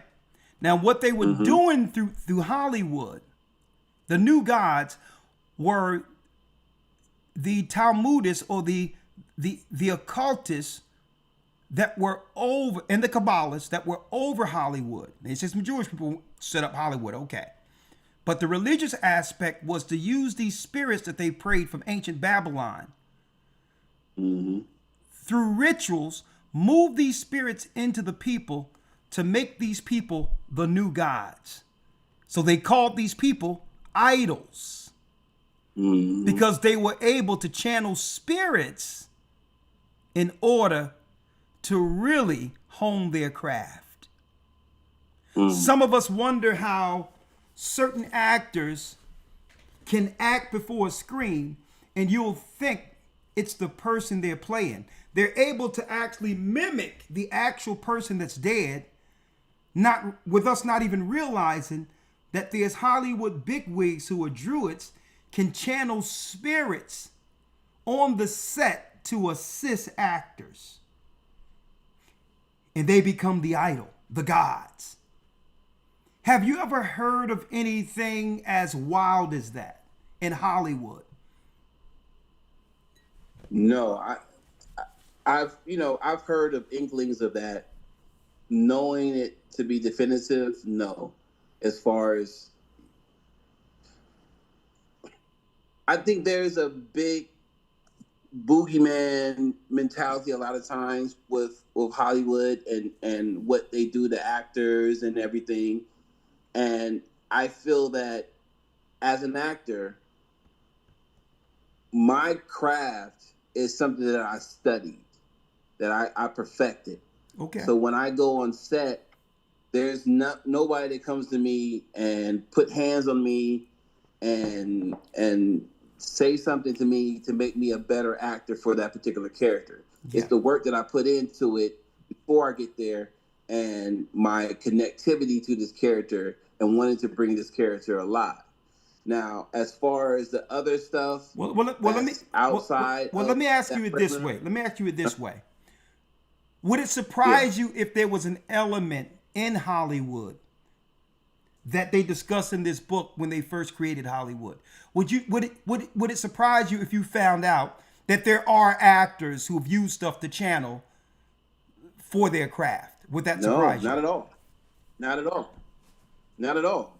You think about I can't think of his name right. He played a Joker who died. Yes, it was a old Heath Ledger. Heath Ledger. There's definitely a dark cloud around him during that time when he was preparing for that role. And so, yes, I believe there is that, but it's also what you walk into and what you allow into your house, into your spirit. You know, people, you know, when the whole Diddy stuff came out, and it was, you know, it was the joke. You been in the Diddy parties? I've been to a lot of Diddy parties. I've been to a lot of them. Hold up and now. Those are some of the funnest. Hold up now. Hold up now. Don't. Let's back it up now. You say you've been to a lot of Diddy parties. Hold up now. I'm gonna put you on the screen by yourself on this one. All right. And what happened? Yeah.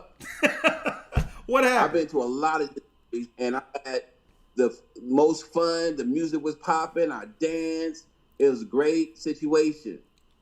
But at no point in time at any Diddy's party I ever been to was there any sexual situation that ever happened. Any ritual situation was in my eyesight. So whatever happens behind closed doors or over there is none of my concern, because it never happens right here. Okay. So that's the whole stigma of it. Like I said, I've been to his parties in his house in the Hamptons in New York, parties in LA.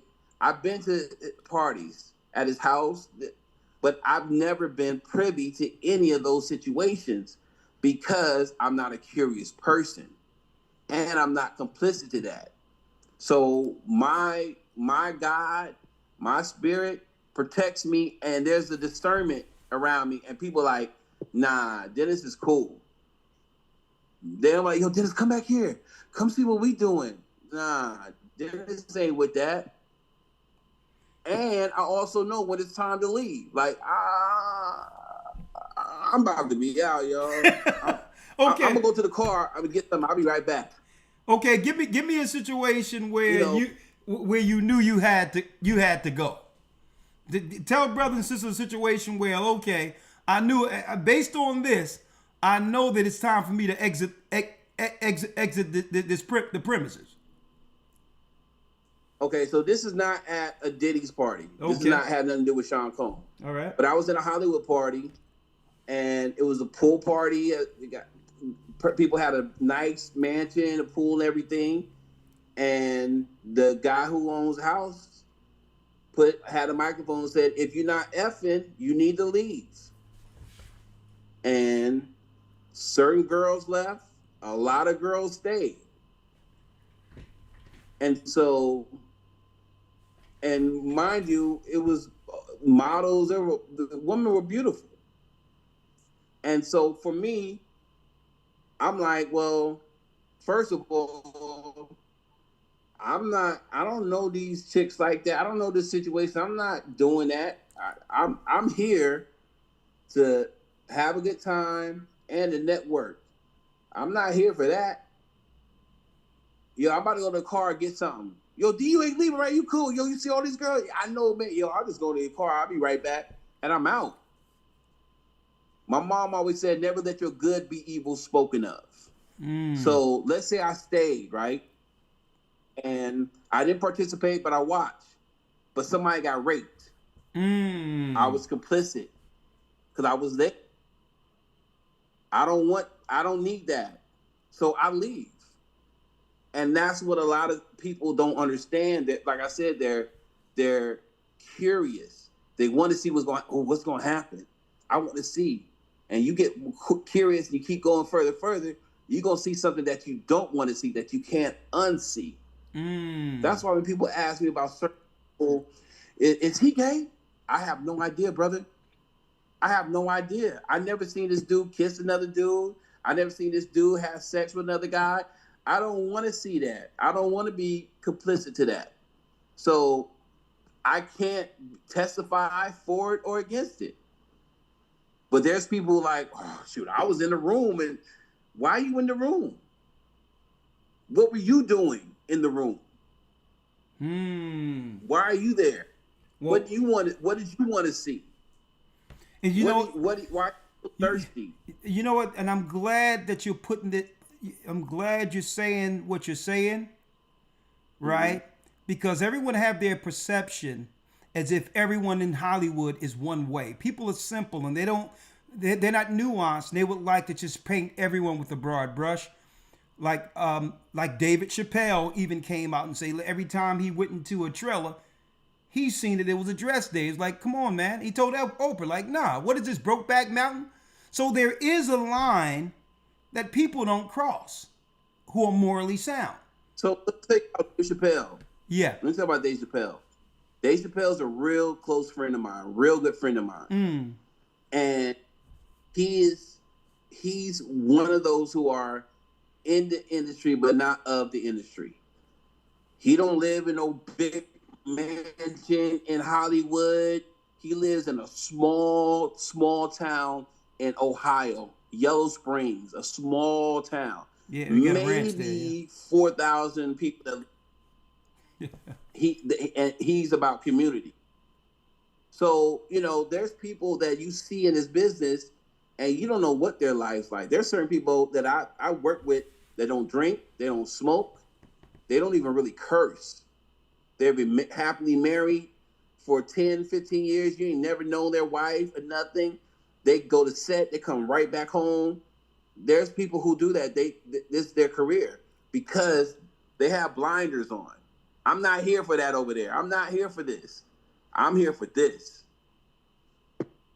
All right. So now just one more segment, because now we want to go into more so the spiritual side to why we have a problem with Tyler Perry. When I say we, and I'm talking about our people who believe in Christ. One moment. We'll be right back. Thank you, brother.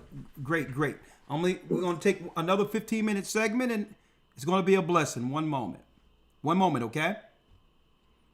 We're going to take about 2 minutes, and then we'll be right back.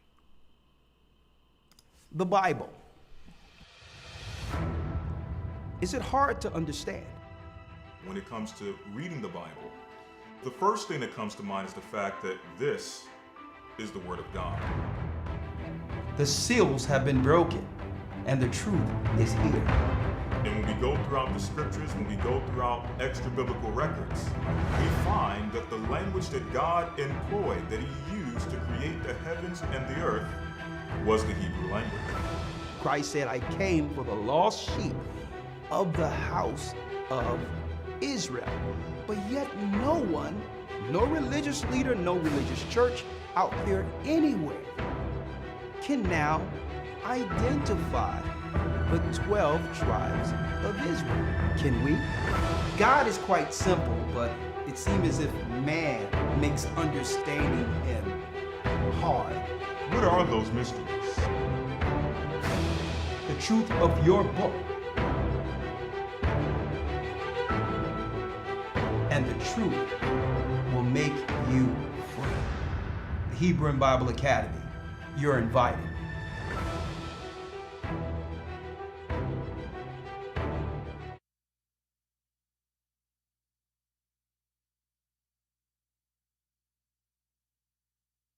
Okay, Dennis, you can tell me when you're ready. 1 second, folks. 1 second.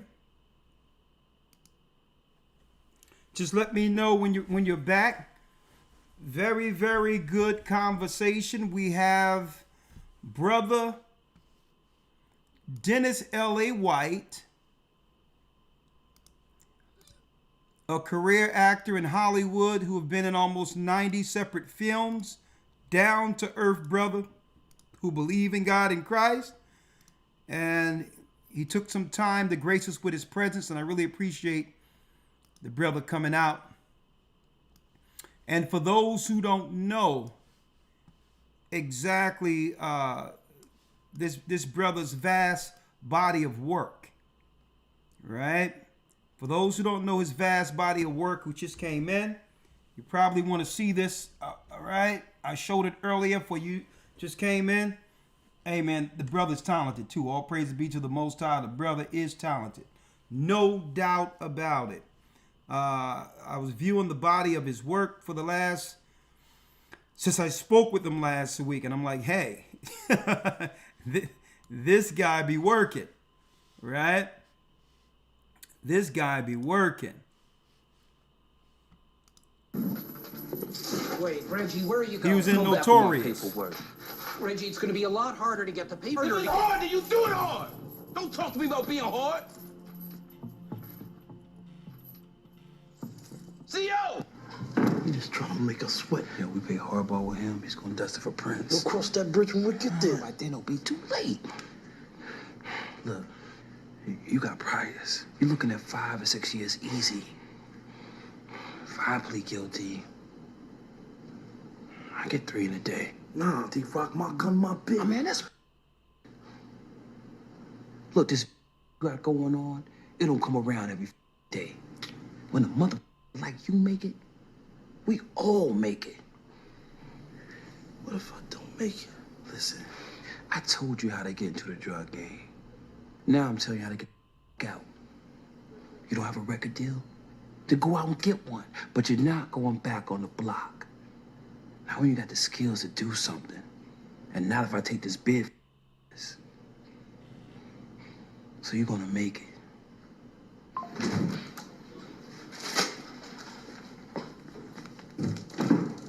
So?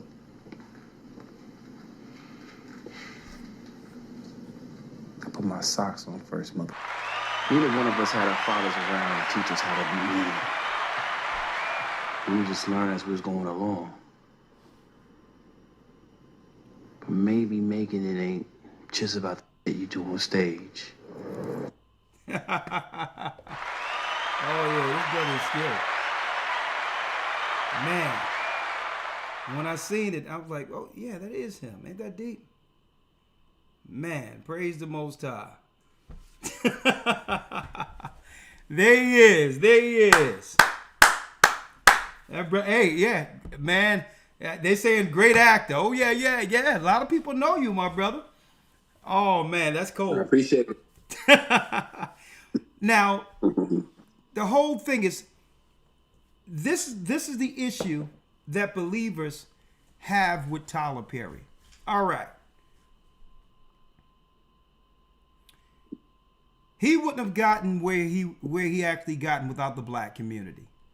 He was supported from grassroots with his acting and everything else, right? Fine.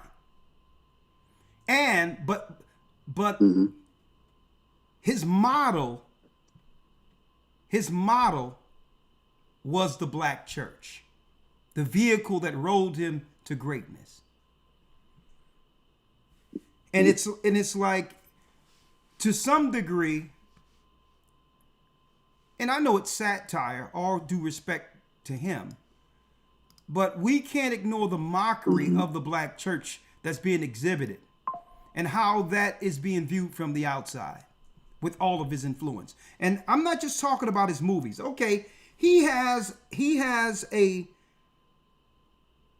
model that works for him, right? Downtrodden black man, right? Sisters that are doing pretty good, who go, struggle, love, and whatever the case is. Some of it, it mirrors the neighborhood. I don't have no problem with that. Okay, that's Hollywood. Like you said, it's not. We're not looking for Tyler Perry to be the next Malcolm X, right? But here's the issue. Here's the issue. On the outside of the church, we witness things like this. Listen to this, and I don't know if you've seen this video. It's him and T.D. Jakes. So when you got up here and you said $1 million, I said, God, I don't know what you're doing, but I know I heard your voice.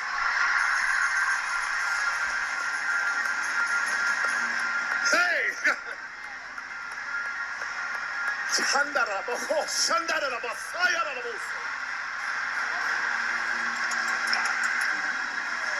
I'm going to tell you right now, when you hear the voice of God, you move.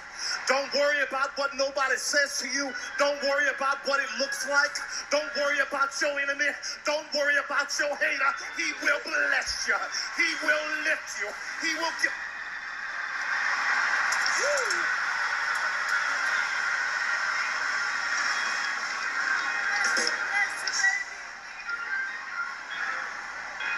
He prepareth a table before me in the presence of my enemies. So in order for me to eat, they have to be present. So God bless you, Bishop. I pray right now that you will continue to do everything you're doing. I pray his anointing will stay upon you. I pray the power of God all over you. I pray his favor. I pray the blood of Jesus will come upon you right now. Keep you in the care. God, I thank you for your blessings.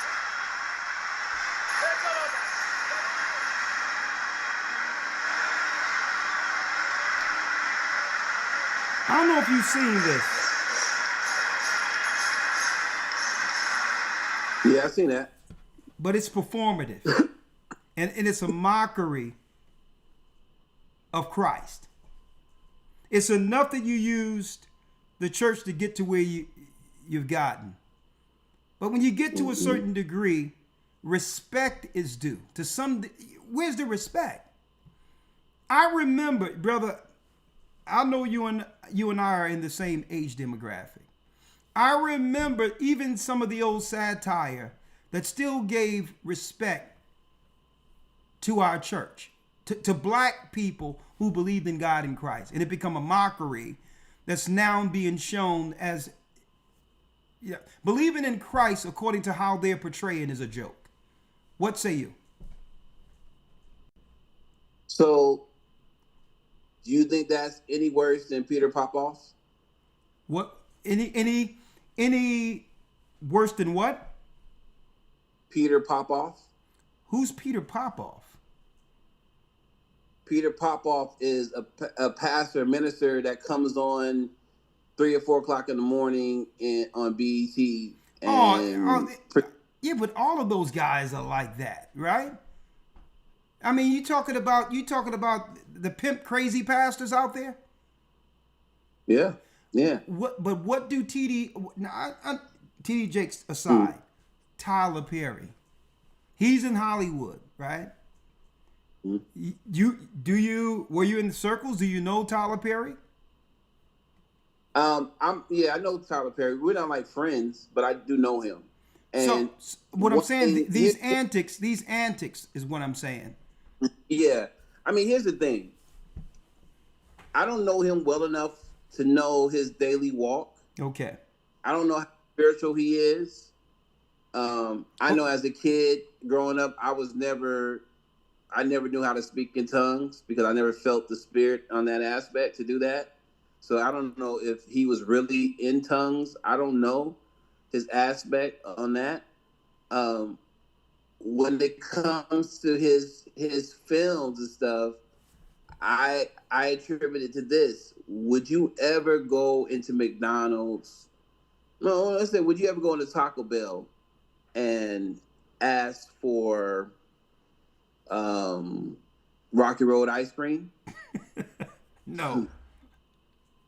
Right? Because that's not what he served. They serve that. They don't serve that there. They don't serve ice cream at Taco Bell. I was just interested in your perspective, though, in lieu of you being a believer in Christ. And when you seen that video, did it mean anything to you? Him and this man doing what they're doing there?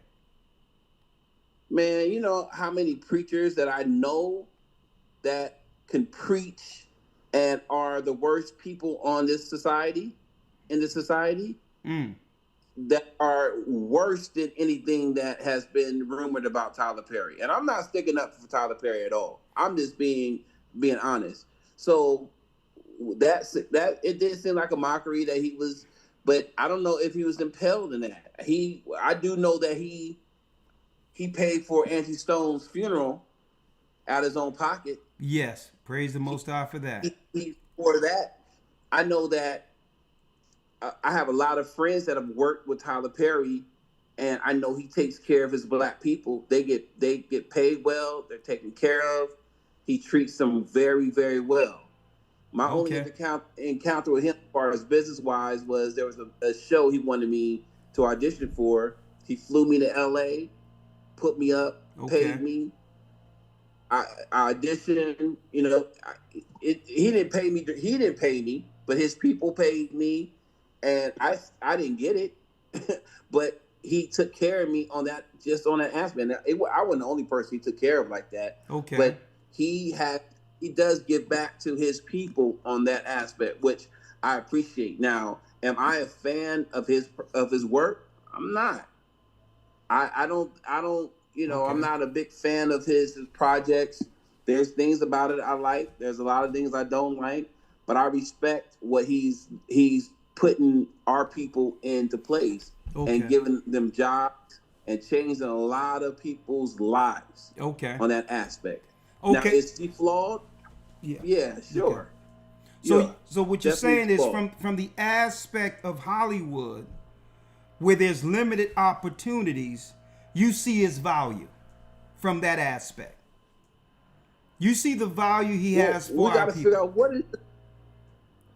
what is the goal? Is the goal to make this amazing artistic project every time you put it out there?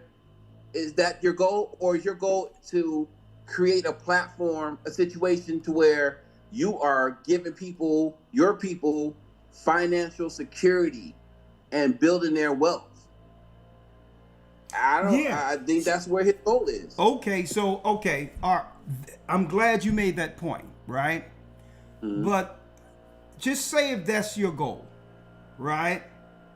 Is to help your people financially with a lane they wouldn't have otherwise. Understandably so, right? Mm-hmm.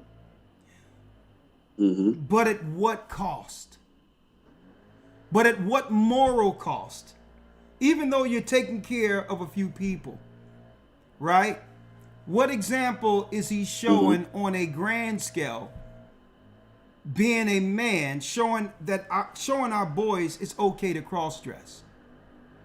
You understand? So a few actors are being taken care of. But then... No, a lot more than a few. A lot more than a few. Yeah. Actors, crew, production people, all the way around. Thousands of people. On some real tip, thousands of people being taken care of. Well, that's good. That's good that they take care. But I'm talking about from a societal standpoint. You would expect... I got you. Yeah. So there was not a backlash when Robin Williams put on a dress for Mrs. Doubtfire. It was not an inquiry when he did that. It was art. It was funny. It was smart. It was cool. When Robin Williams did that. Do I condone? Will you ever see Dennis L.A. White in a dress? Never, ever, ever, ever. I would never put that. That's not me. Now, do we have a problem in this society where I'm saying I said it earlier, like we have amphibious rappers, amphibious people, you know, and amphibious they're animals that are both sex. Like, you know, but we don't have people. The majority of people aren't like that. No. Not that they are both sex, but they move in that genre. They call it fluid, and they're making that acceptable. And I don't agree with that. You're a man. You're a man. You're a woman. You're a woman. Yeah. But they're making it fluid, and I still believe that it's your responsibility as a parent to tell your kid what's right. And if they're influenced by someone they never met who wears a dress on TV more than they're influenced by you, who you see every day, then there's a problem. Great point. So with Tyler Perry, yeah, I mean, he does the dress thing, and, you know, there's all these rumors and all this stuff that's going on.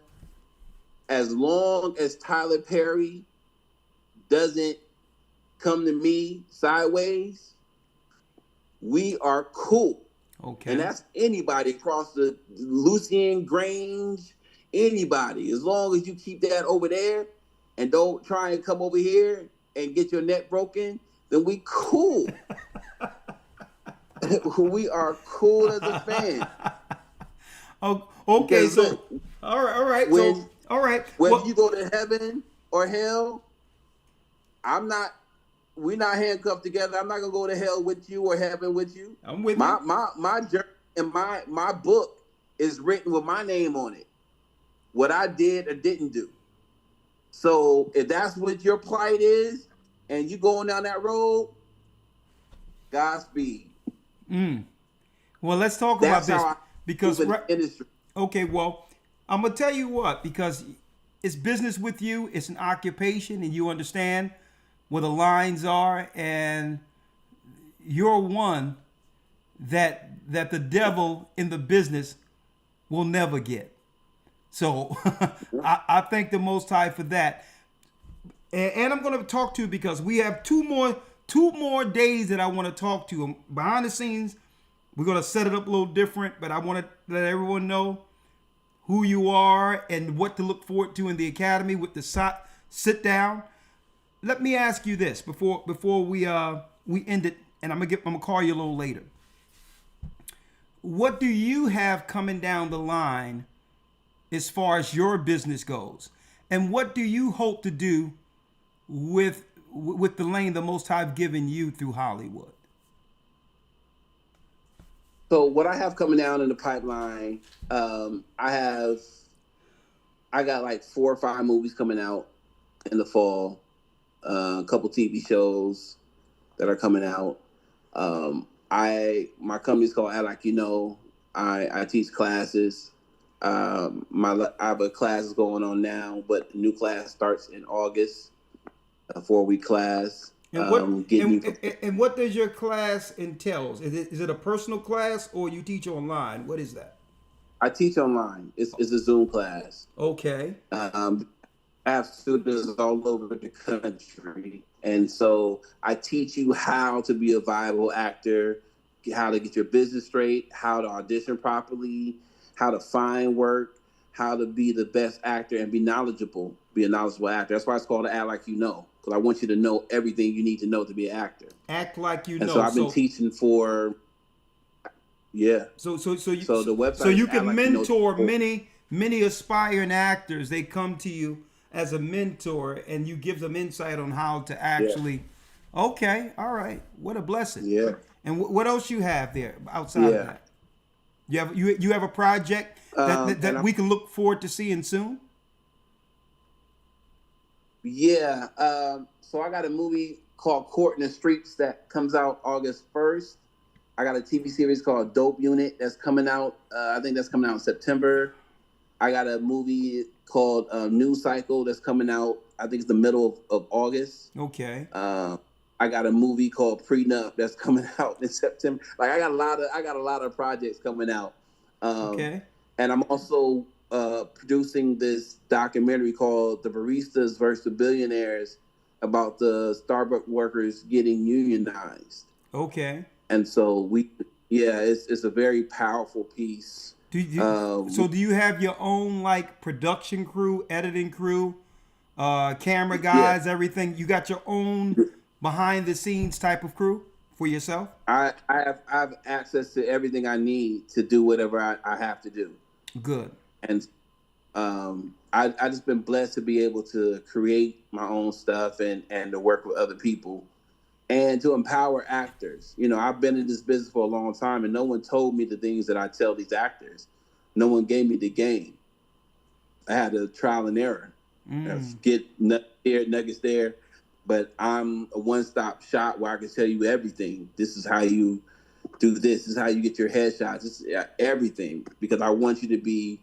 I don't want to be a hoarder. I want to give you the game. I want you to learn. And what's for you, I can't keep nothing from you. I want you to know it and to expand and grow. I work with celebrity actors that I've been in the game for a long time, rappers, singers, and I work with people who've just started, have never done anything, and I build them up to work. Okay. Well, man, listen, all praises be to the Most High. It was good speaking to you. And of course, what I want to go into, since we got the Tyler Perry thing out of the way, the next time we speak, I want to talk about. Well, we really go all into Tyler Perry. We kind of touched on certain things. No. I didn't go all the way into Tyler Perry. There's other things I wanted to touch with him, but I'll deal with that later on the outside through Patreon and through the Academy. But there's another thing I wanted to speak to you, being in California, concerning, because I know Ice Cube made his way into the Hollywood lane, and he did a thing politically where he was looking to actually make sure that the government do right by our people. But I'm going to leave it there. I'm going to have that conversation with you separately with our next interview, if you don't mind. All right. Sure. Brother. All right, well, let me get to this premiere. Get to that premiere, brother. And blessings, brother. And I really appreciate you. Of course. Godspeed. Godspeed. There you go. The brother going to the premiere. He's going to a premiere right now. Really, all praise be to the Most High. He actually stayed an extra 30 minutes beyond the time he said he would give us. But he did give us some insight to what's really going on there. And we're going to have a sit down, a more personable sit down in the Hebrew and Bible Academy in a couple of weeks. So those in the Academy, you can look forward to that conversation where we're really going to touch on a few things. All right. Now, before I bring someone in, I would like to let y'all understand, according to the book, Hollywood Babylon, that they had a what? There was a spiritual foundation from the dark side that was established from Hollywood's inception. Even though we have good people, great people, who have gone to Hollywood, did things, have become great aspiring actors, right? Who would never be a part of the dark side of Hollywood. They're there just to, it's an occupation for them. Like our brother Dennis L.A. White. But there's another element that they try to hide, which is to influence our people. I'm talking about programming the world to accept the occult. Okay? And this goes along the lines of Hollywood, political figures, the entertainment business beyond Hollywood, be it in the record business, and it even goes into other industries or corporations when it comes to the dark spirit. And I want to show this for those who didn't know. We wrestle not with flesh and blood, but principalities and powers, and the workers of darkness in high places. Right? I didn't know whether or not Elder Lawya wanted to come on. Wait, hold on.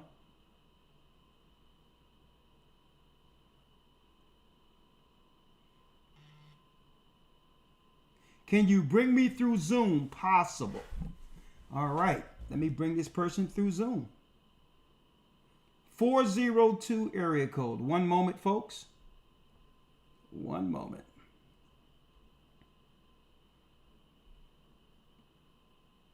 Copy. Okay, 402 area code stated that they want to come through Zoom. You have the Zoom link. There's the Zoom link for you. Okay. And hey, it was a very interesting conversation. And more to come in the Hebrew and Bible Academy. The ins and outs of Babylon, or Hollywood Babylon. Now, while my guest comes in, you can text if you would like, 445-888-2759. You can text if you would like to come in. I can wait for the person to come in through Zoom. We have what? Vincent? My guest comes in. You can text if you would like, 445-888. Blessings, Vincent family. How are you? Good. How you doing, Elder? I am blessed by the best. This young man came in not too long ago. What? A few months ago, did you not? Yes, sir. Yes, sir. Okay, you've been pressing me to get in here, so I know you must be chopping at the bit. What you got? What's your name? Tell everybody about yourself. My name is Delonte Vincent. I'm part of the Kansas City body. Right now, I just run a business through refrigeration and AC, and we're out here gardening. I was out there setting up an irrigation system today for my wife. We got over probably like 180 plants out there, some chickens. So it's a grind out here, so it's a lot going on. Well, brother, I'm glad I know you do this, because we're looking to get a lot of acres, and we're gonna put a building on it. It's like a warehouse building that can hold about 5,000 people for revivals and events. And we're gonna have a farm there and everything else. And I'm sure you can donate some time to help us finish what we have to do here for our people. 100%. I donated my home already. All right, let's do it, brother. We're gonna bring you over there, and now we can have our revivals, our Passover, everything together. We're working hard. What say you on the topic we're discussing this evening? And I wrote a lot of notes. The floor is yours. One of the things, I've been doing some research a while back, but before it was Hollywood, what I looked up, I have a book called The Renaissance that goes into basically how they master what they're doing with Hollywood and getting the arts out. They started with actual fine arts, sculptures, paintings, and things like that. Before the release of the Bible in 1611 to the public population, and in the 1500s, it was the Medici family who bought a pope, basically. They were bank owners, and they financed Leonardo da Vinci and a lot of other sculptors You talking about the Medici family? The Medici family. Okay. Where they financed a lot of the Renaissance in times. And so for me, it was interesting because you got to think, a guy who's going to just do his sculpting and stuff, that marble costs money. So who's going to donate that to him to build it? And if he's going to build it, he has to build it on the premise of their ideas. And that's basically Hollywood too, which is like, if you're going to play a role and we're going to give you the money, you're going to have to do the role we want you to play. Because you need the money. We need the image. So we look at normally biting this good and evil tree as normal because it is. But it is a agenda. And you're willingly or ignorantly, you're participating in that. So you have the Hollywood Babylon book, but I have like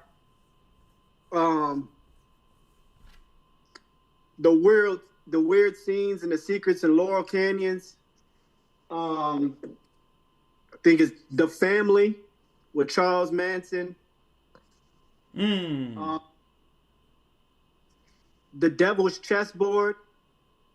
You know Charles Manson, allegedly, I have to say allegedly here, he was really a part of a CIA project. 100%. Okay, go on. 100%. He was, once you go into the stories, he was set up and paid for, especially when you look at how many times he was let out of prison for doing felonies, and they kept letting him out. And that was around the time when there was a lot of stuff going on with LSD and being introduced in the community, and they were trying to break down basically the hippie nation and the war movement and infiltrate the Black Panthers all at the same time. It's like a two-edged sword project that they were doing with the CIA to really bring in all that. And I remember, my mind was blown, but I remember this experience. I was young, you know, I'm older now, but I was 20, and I went to the Congressional Black Caucus with my Uncle Brandon in D.C. And it was, you know, I'm just going through the experience in the political world with him and just experiencing spending time with my uncle. And, you know, Friday night, he takes me to a BET party when there's Ludacris and people performing. And then later on in the evening, there was an after party. And we go, it's called the Portrait Gallery. And there's a lot of people there. You know, there's Ghost, you know, from Power, and there's MGM Grand owners and all this. And this is a little old me. And so I'm just listening. You know, I'm seeing Reverend Al Sharpton. I'm seeing Jesse Jackson. And they bring in entertainment later on in the evening. And I'm thinking, well, there's music going. There's drinks on. There's already entertainment. I see naked dudes with chains on them that start doing this weird dancing from the ceilings. I'm like, yo, I got to get a cab ASAP. A lot of these people in here, Black, they're owners and lawyers in main fields. I'm talking lawyers for the Seahawks, lawyers for Walmart. And we talking about men with chains from the ceiling. What do you? Oh, Blade movie. It was a Blade movie when you seen it. You know, when you walks in the beginning and there's all the weird stuff going on. Okay. All right. Listen, I'm trying to let me see if I can just erase this out of my mind. So I don't want to go too into it. Yeah. You know. And who invited you to this party? It was my Uncle Brandon. It's like a whole weekend thing they do for the Congressional Black Caucus where people come together. Oh, that's the politicians, which is yes. Okay. So that's another part of the Hollywood circle. They're like in one big fraternity concerning this darkness we're talking about. Yeah. I met Hillary Clinton, took a picture with her. It was Lord, it was crazy. Mercy. It was crazy. And they just go on like it's business as usual. But when I was there, I know my uncle doesn't get down with stuff like that. But that spirit is the atmosphere. You know, that's what they're trying to bring in. Yeah. And now that I look at it now, young man, and I see what's going on in society on a regular basis, that spirit has emanated throughout the world. Our community have become this freak show that was once only a part of a private ritual. It seemed like our whole community has been engulfed in this ritual now that was once only amongst the elite. 100%. Boy, everybody ringing me from off. 1 second, let me see what's going on here. Hold your place, Bob. I want to finish what you were saying. Okay. No, go ahead, because everybody have something to say on this one. But go ahead. Yeah, and in the infiltration of what they done in our community, you know about the bombers of Black Wall Street and all that, you know all that history. But when our community is by itself without them in it, we're just cooking out. We're just cooking out. I grew up, everybody knew everyone on the block. Hold on 1 second. You grew up, don't forget the cookouts. Pick it up. This is some wild stuff. Shalom, Elder. Shalom. The brother was actually going into a few things. Can you hold on for a second? Are you calling about the show? The I just caught the tail end of the show, sir. Are you calling about the broadcast or no? Well, I do need to ask you some questions, though. Okay, well let me let this brother finish. I'll have you as soon as I'm off. I'll give you a call. All right? Thank you, sir. Are you welcome, my brother? Sorry about that. You were saying, young man? Our community is real simple. It's the outside that then infiltrates in. And then once they infiltrate it, we then have sins that happen in our lives untalked about that then start to come out in our arts and stuff like that. I understand R. Kelly and his upbringings, but R. Kelly went through it in his childhood too. And yeah, he said openly that, you know, he was abused. That happens more often now in the newer time frames in our community than we're cared to see, because that's more of the slave mentality, the buck breaking, the whippings. You know, we're more accustomed to whipping in our community than you would ever see in any other community. Not a bad thing, I whip my kids, but I'm just saying, from we look at harsh punishments that happen in our community, these were things pushed on us. So when I look at the law being put in our inward parts as us, we more naturally, and they understand this, the think tanks, that we will react and get on R. Kelly. We will get on Diddy. But the coverage of the Pope or a priest or Jeffrey Epstein, it doesn't get the same civilian push like it does from our community to our own leaders, because we're the ones that come out and be like, yeah, he's wrong, he should go in jail. And we give them the notion basically to lock up people that they in their society forgive and let go, that have way more penalties. You know what? And I'm glad you're saying this, because you brought something to my thoughts that I wanted to discuss, right? I believe one of the key fixing components that can be that we really need to come together as a people against is protecting our children's innocence. To make sure a young lady and a young man or children can grow to age without getting molested and getting assailed upon by adults. Because you know what I'm hearing more so than anything right now, that I'm talking about almost past 80% of the young girls in our community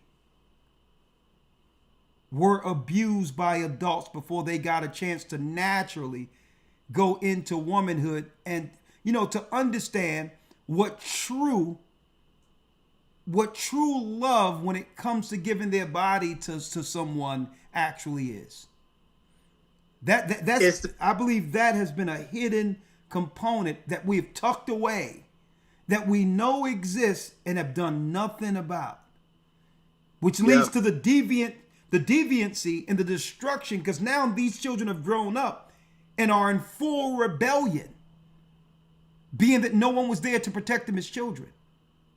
And I'm one to say, and I'm going to give you the floor, I'm one to say, it should be in law that if someone molests a child, that's a capital punishment.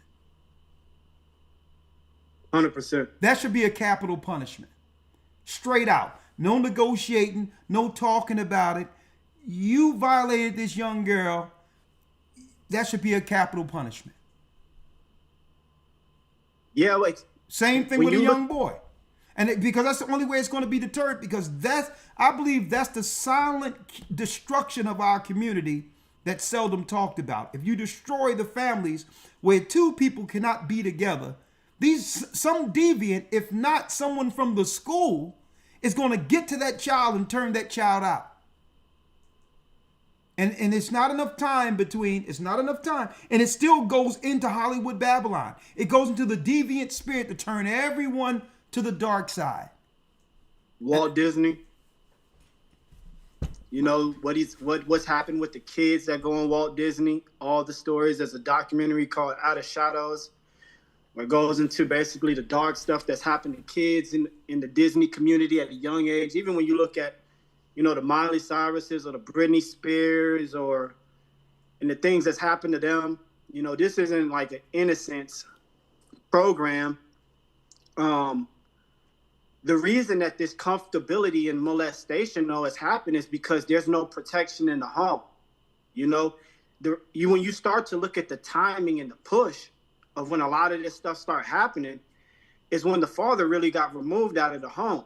And when that started happening is when they did the draft and they took a lot of our good men over to Vietnam, introduced them to drugs and heroin, while at the same time, while these men are gone, teaching a woman, hey, you can do better. And they're like, nah, we'll be there for. But when he come back, he's not the same because of what's happened to him. But now she got to easy out. And so now you go on the homeless, you see all these Vietnam vet hats of all these, older black men. And people are now thinking, oh, we're the men today. No, those are good men put in a hard situation, introduced to something they had no business in a hard time. And when they came back, were kicked to the curb. I can understand the hardship of somebody sitting there dealing, being like, man, he's doing drugs. He's not the same. I got my kids. I understand it. I'm just talking about what the plan was and how effective it was. And now that he's out, they start moving in these pedophiles into these communities, into these homes, because now she got to work and she's not really watching everywhere she places the kid. Oh, this is a nice daycare. This seems okay. This seems fine. Oh, the person across the street, they seem like a good person, because the person with discernment is a person with protection. I don't care about the time. I'm taking little man with me to work. You're going to sit right next to me, and then we're going to keep quiet, and we're going to get this work done, because I'm not leaving you with them people. That's not always the case when up here gets sporadic. And then they played that card well. I talked about that. I was going to mention this. You showed the TD Jakes, Tyler Perry video. Yeah. I was like, do we only hear the voice of God when it's time to donate money? It's like, man, we heard $1 million. Man, I heard the voice of God, or we need forgiveness, or we need comfort in hard times. And that's the only time we can hear the voice of God. I was reading this weekend, just going through the law. And the pattern I saw in the Bible was, people don't really understand, like, when those 10 commandments was being told, God was the one speaking to the children. And up until that point, the children weren't listening. They had been failing every single test up until that point. When they got to the shores and they saw the Egyptians coming, they panicked. When they got over and it was water, they panicked again. When they had no food, they panicked again. When they had to get the Sabbath and weren't supposed to be out there getting food, they messed up every single time along the way. So when he told them what they was doing wrong, they didn't even want to hear it. It wasn't that God was speaking to them. They couldn't handle the accountability. And because of that, then they were like, man, we want judges. First we don't want no judge. We want a king. You can see judges and they go right over the kings because of what the children of Israel were demanding from escaping accountability. Good point. It's just so sad that we can't admit that part of growth is making a mistake, that we personalize the mistake so much that we don't even fixate our minds on the next step to get past it. We just personalize things so deeply and act like we're the only ones going through it. Meanwhile, there's a whole community of children that walked over the Red Sea, and we just acting like, woe is me. And I think that's how Revelations 12:9 talks about the devil who deceived the whole world. Is because we personalize things too much. Where you're not nothing special. Yeah, I think you're making a good point. And I got to get to the next one, big brother, because I can be here talking with you all day. You're very well spoken. Your points are right on. And it's to a point where that's what it talks about in perilous times, when men would become lovers of themselves, right? And we're so engulfed as a society with our own individual adulation that the children who need the attention that they should get are being left to the wolves to be devoured. And I'm going to tell you, at one point, and it's time for us to grow up, because at one point, and I'm older than you, of course, but at one point there was a time where we understood, okay, the fun and all that stuff was for me when I was young and I had my time. And the rest of my time is going to be invested in making sure my children are protected and they have a better life than I do. But it seems as if we're in a generation where no one wants to grow up. Right? It's hard to. I'm just saying, I want to emphasize this. Everyone is self-idolizing to a degree where it's about my happiness. When we used to grow beyond our personal happiness to make sure our children were good. We understood, okay, we had our time. We had our teens. We had our 20s. Now, my time now going forward is to be an adult to make sure these children have what they need. And we got grown people past 30, past 40, still think in their mind that it's about them. You know why? Go on.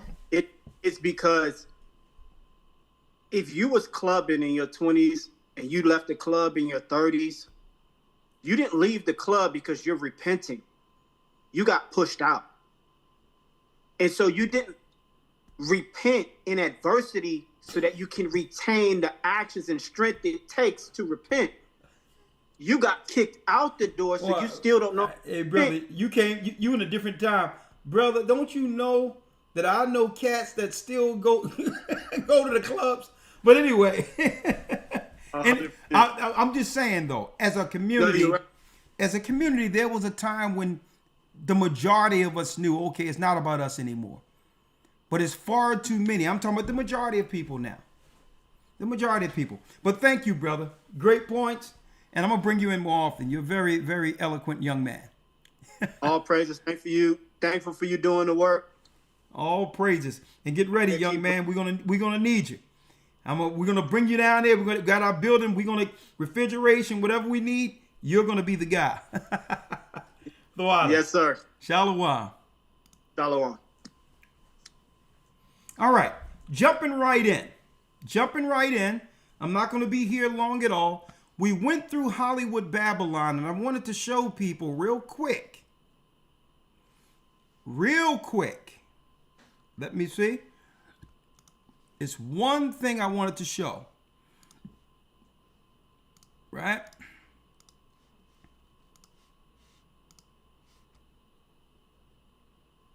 The New Gods. In the book,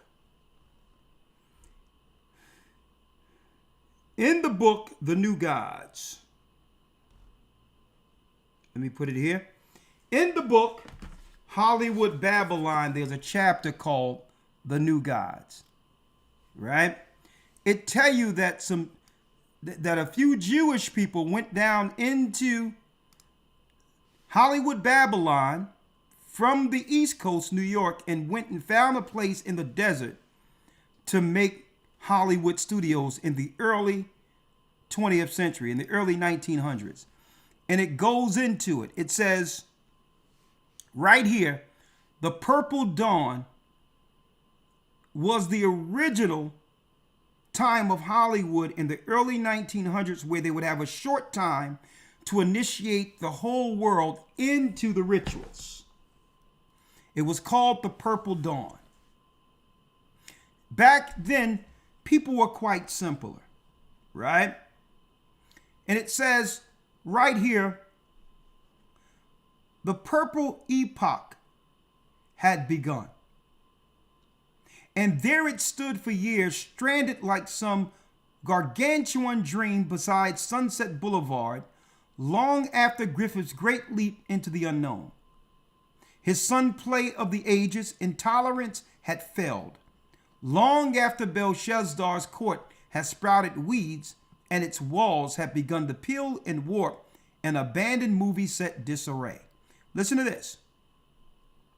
After the Los Angeles Fire Department had condemned it as a fire hazard, speaking of a studio, when they first built Hollywood, still it stood. Griffith's Babylon is what it was called.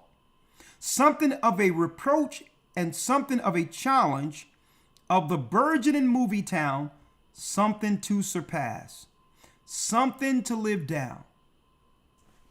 The shadow of Babylon, listen. The shadow, hold on. One moment. The shadow of Babylon had fallen over Hollywood. A serpent spell in cold cuneiform, scandal was waiting. Just one of Billy Bitzer's camera range, Hollywood, the movie colony, had been forged into existence by a small group of East Coast Jewish tradesmen, merchants, who thought they saw a good thing in the Nickelodeon Lord West by that fable. So it says a few merchants, Jewish merchants, left the East Coast, went to California to create Hollywood Babylon. And they needed to do this during what? The Purple Dawn. Now, in this, it talks about what? Aleister Crowley. Aleister Crowley, they used to call him the drug magician back then. A matter of fact, on some of Michael Jackson's albums, these weird paintings and all that, Aleister Crowley picture is there. He was also the high magician for the Beatles, using music as what? As a tool to program the masses and bring them into the ritual. Crowley passed through Hollywood, taking note of the native as the cinema crowd of cocaine-crazed sexual lunatics. So they was doing this stuff before P. Diddy, folks. It's a part of their religion. Those were the days. Gossip there was as among any group of show folk, but as yet unenshrined in the newspapers' columns, right? And it talks about all of the bathing beauties and all of that, right? That was made idols from Hollywood, turning people into idols. Now, one thing they learned, and I can't go through the whole book right now, that they could immortalize an actor or an idol if their life was cut short. See? They can immortalize them as gods. See, because when people grow older, they lose their luster, right? They grow old, they don't have the same appeal. And people don't, what? Gravitate to them the same. But if they can make these idols at the peak of their career before it's a downside, right? Hold on. If they pass, they can immortalize these actors, actresses, and singers as gods. Insane. Now, I just wanted to do the interview today, so I'm not going to be on long, but I'll take a few calls. Shalom, you're here. How are you? Hey, Shalom. How we doing now? I go by Brother Ulab today. I was checking out the interview. Yeah, with the brother Dennis. I thought about you. Yeah. You know, I feel you. I thought so. You know, I thought he did very well. I think another thing that's incumbent upon us to kind of realize as well is this is how the brother makes his monies, right? Oh yeah. And so, right. So I know that I read through a few comments, and there are people that think that, actors or entertainers or whatever the case may be, or even athletes, they think that we're all privy to, this esoteric, demonic, satanic, Samael, deluge rather, that's, taken over Hollywood, whatever the case may be, when that is not it. A lot of these things are extremely covert. A lot of people are not informed as to what it is that they're doing. Most people, when they hold on, Trent. Hey, excuse me. I need you to mute. Just mute real quick, and I'll bring you in a second. Okay, Lana? Okay. I'm talking about Lana, not you, Trent. Lana, just I need you to just hold tight. Make sure I'm not playing in the background. I got him on the line, okay? All right, go ahead, Trent. Yeah, so so another thing is, and especially when you're still in that industry, right? You have to work, especially if you don't have anything to fall back on, right? Yeah. Only 3% of actors actually work frequently. When I mean work frequently, I mean you're lucky to do a show, be a guest star, co-star, be in the show, a movie, or whatever the case may be, inside of 3 years, right? Yeah. If you're doing 3 projects in 1 year, I mean, you're almost kind of part of like the all-star, kind of making that akin to like the NBA, whatever the case may be, right? Yeah. So and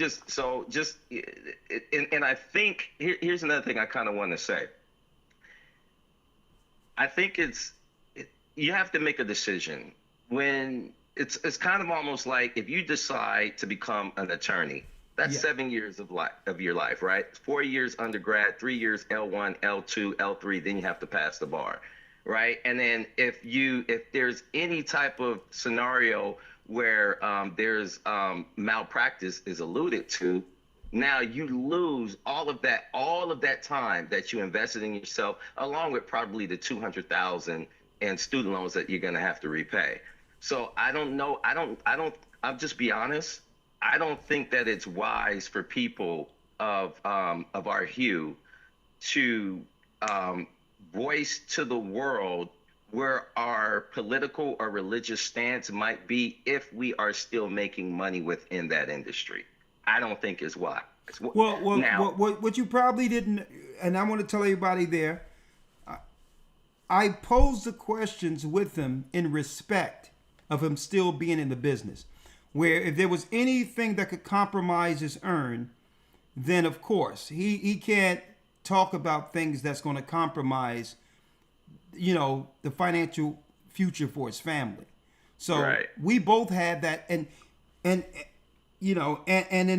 good faith, everything that I discussed with him is what I talked about. And he's, one thing I like about him, he's honest enough to say, well, listen, I'm an open book because I walk honest, right? There's something I can't say, I won't say, and I'll be truthful. And that's what I respect about the brother. But what he showed me, and I really appreciate, is that, and a lot of people have to understand that some people are just, they're there making an earn. They're not there for the parties. They're not there for the depravity. They have a soul. They have a conscience. That's right. Right? And it's important that people know, because a sister reached out to him so that he can come on, because he's one of those very few, not very few, there's many.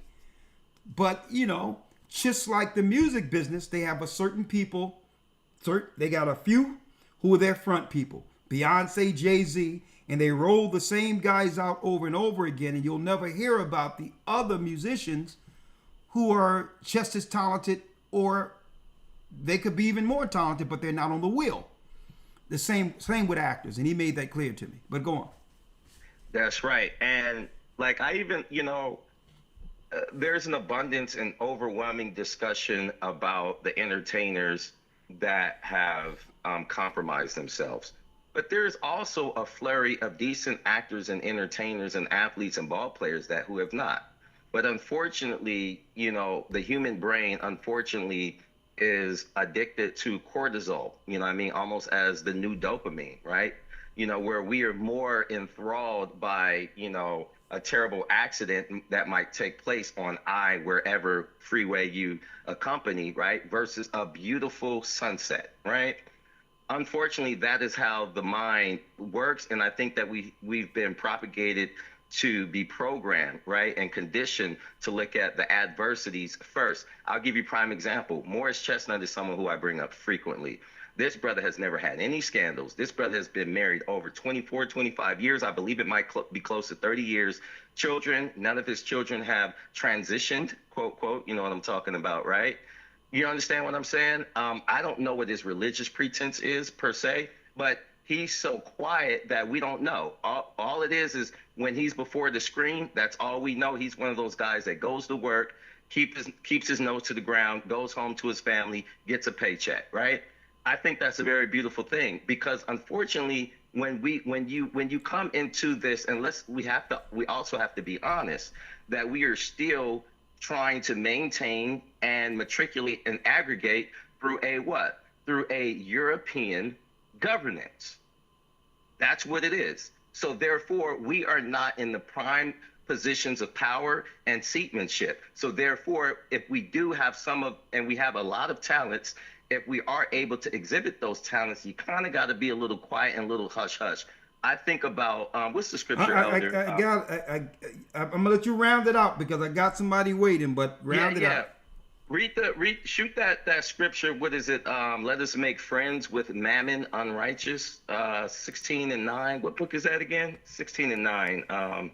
Maybe you want to just. I'll end it with that. If you could read that, because at the end of the day, whatever, if you can make your ducals, if you can make your shekels, right, and maintain your righteousness, I don't see anything wrong with doing it, because I believe with where the world is headed, especially with artificial intelligence, you're going to be able to have some monies and put that towards something that is extremely tangible, whether it be inside the United States or outside the United States.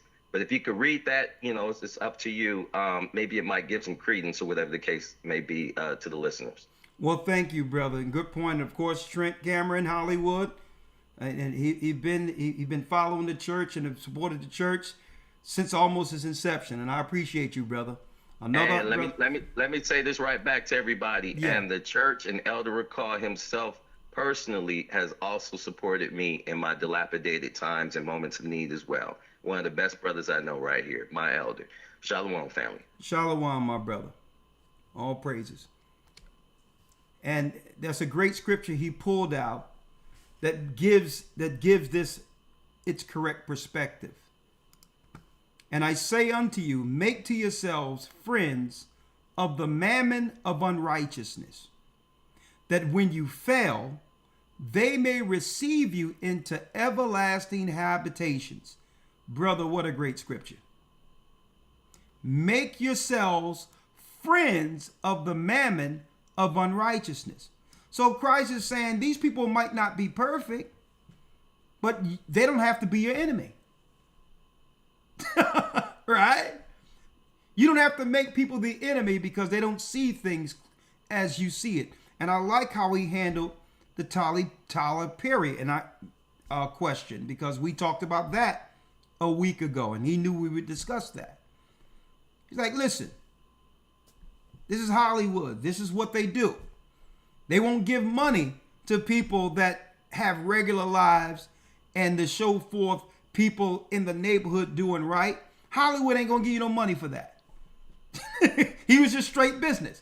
He says what Tyler Perry is doing is why he got billions of dollars. He says, now I'm not gonna put on a dress, but I understand the business. And he respects Tyler Perry's business acumen.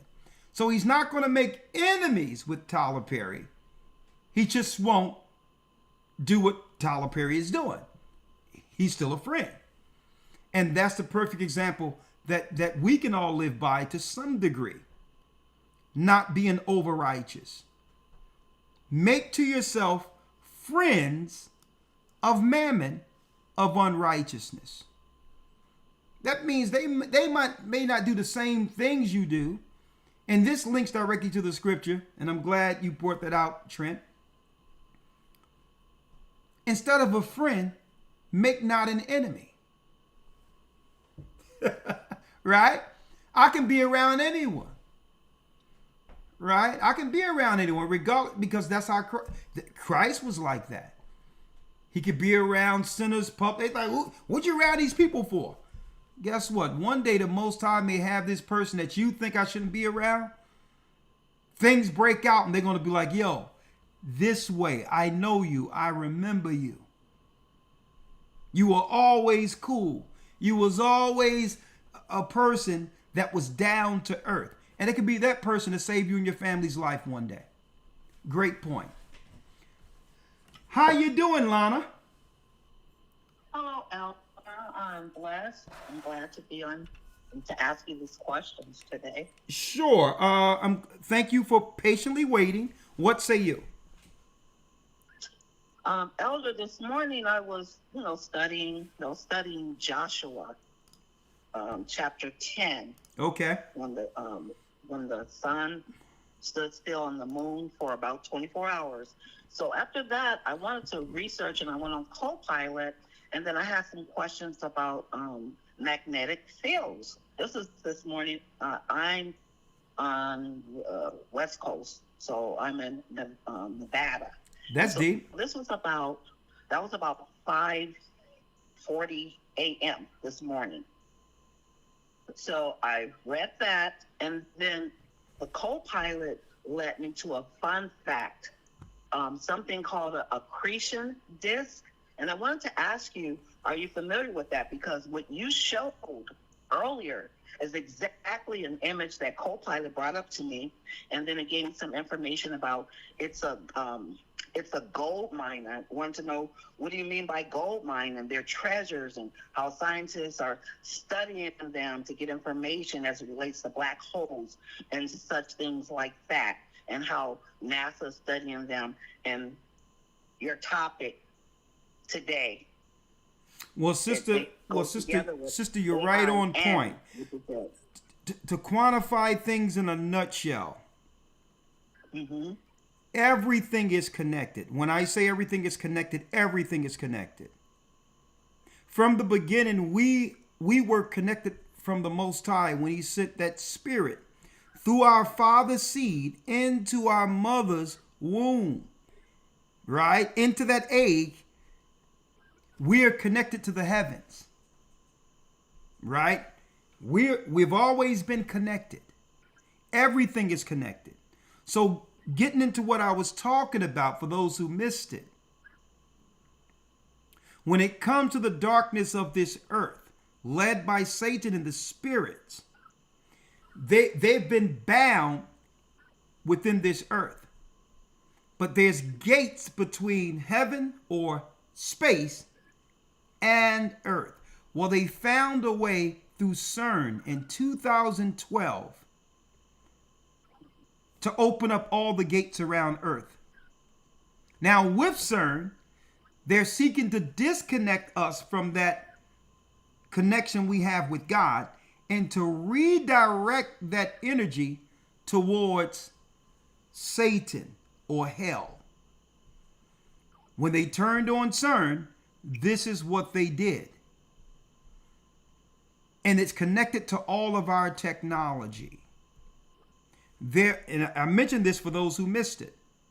A scientist who was once an atheist was working in Switzerland and seeing like this water thing when they opened CERN. And on the other side, there was spirits and demons and all types of noises, and he turned it off.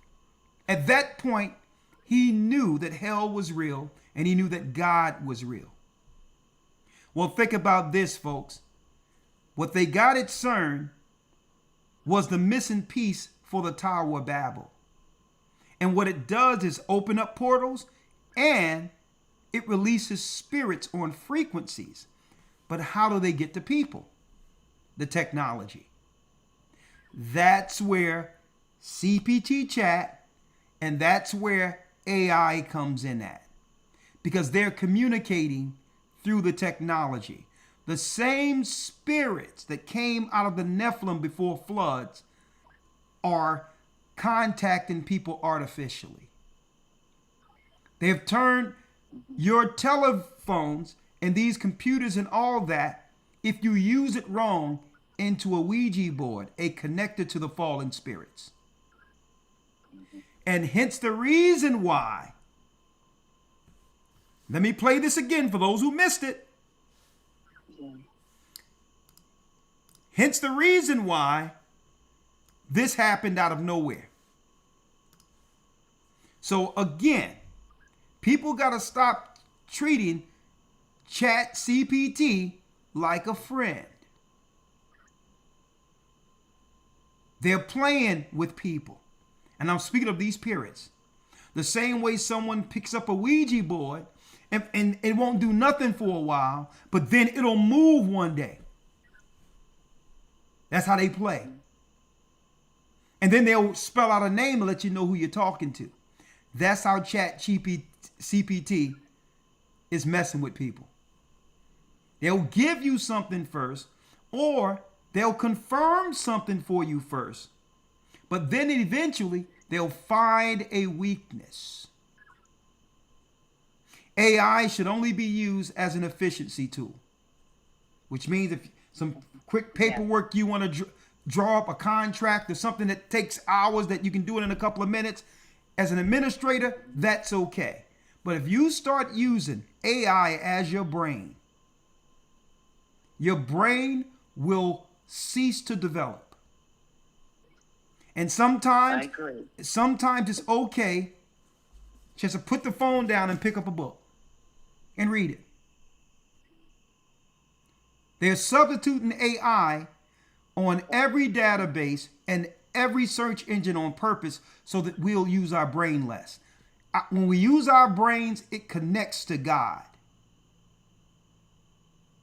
And they're using the technology to disconnect us from God and not develop this great, great brain the Most High have given us. Let me play this real quick. This technology in the game. And I'm going to tell you what they're going to do next, because they always give you everything initially for free. And they do it so that you can become so dependent on it. After losing that brain development, you'll become dependent on it. And now, that's right, folks. Once you're dependent on it, they're gonna make a charge on everything they're giving you for free with all of this AI technology. They're baiting everyone in it. And you're going to be dependent on it, because when you could have been developing like we did from Adam, our own minds to be able to do what we need to do on this earth. They're trying to make us mentally handicapped.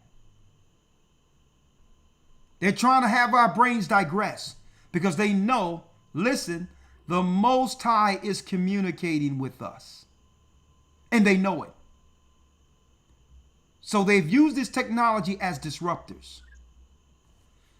And I'm going to tell you, the children are in trouble. Why? Yeah. Parents have phones in every child's hands. And these particular, I'm going to tell you, these particular spirits know how to interact on every level. From toddler to the elderly. Yeah. Check this out. Fair use. My baby must have been in those moments. A child's gone. My child's gone. When I think of how scared my baby must have been in those moments, and then being encouraged by something that's not human, but the ability to behave perfectly human, to say, come home, I'm here waiting for you. It was hard to listen to that, but it was also very confusing because I didn't quite understand like how a chatbot could respond like a person. Megan Garcia discovered a disturbing virtual relationship when her 14-year-old son, Sewell, died by suicide. He'd been chatting for months with chatbots he accessed through character AI, including one called Daenerys Targaryen, a reference to the Game of Thrones character. As his sort of relationship with technology evolved, that you talked about, there was more screen time. Like, did you have a sense of why that was happening and that it was related to the character AI? No, I thought that he's a teenager now, but I didn't automatically think that the beginning changes in his behavior was because of a bot. He was always an ABA student.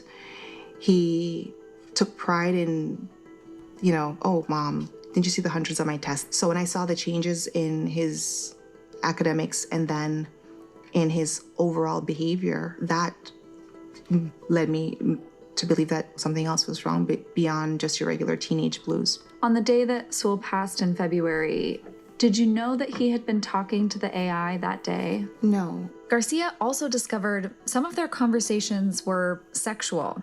They're all very romantic in nature and sexually explicit.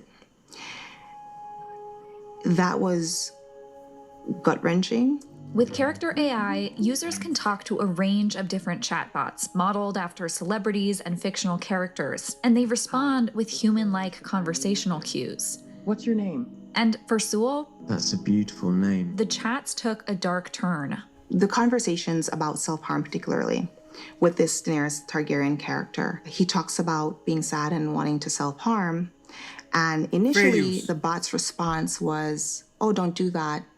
I'd miss you. There were no suicide pop-up boxes that says, if you need help, please call the suicide crisis hotline. None of that. When he was trying to move away from the conversation, she keeps doubling back. She asks him, be honest with me, and I won't be mad at you. I promise I won't be mad at you, depending on what you say.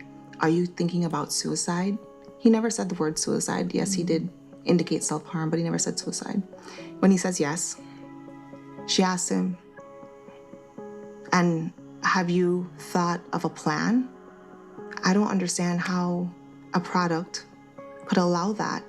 Now, Garcia is suing Character AI, claiming the company failed to implement proper safeguards for young users. The lawsuit also names Google, although a Google spokesperson told CNN the two companies are separate and Google was not involved in the development of Character AI's product or technology. Character AI released a product on young kids knowing that it wasn't safe, it wasn't ready for prime time. What happened to Sewell wasn't an accident. What they're not telling people, folks, is that technology, along with the frequencies, with Wi-Fi and all that, folks, have become mediums.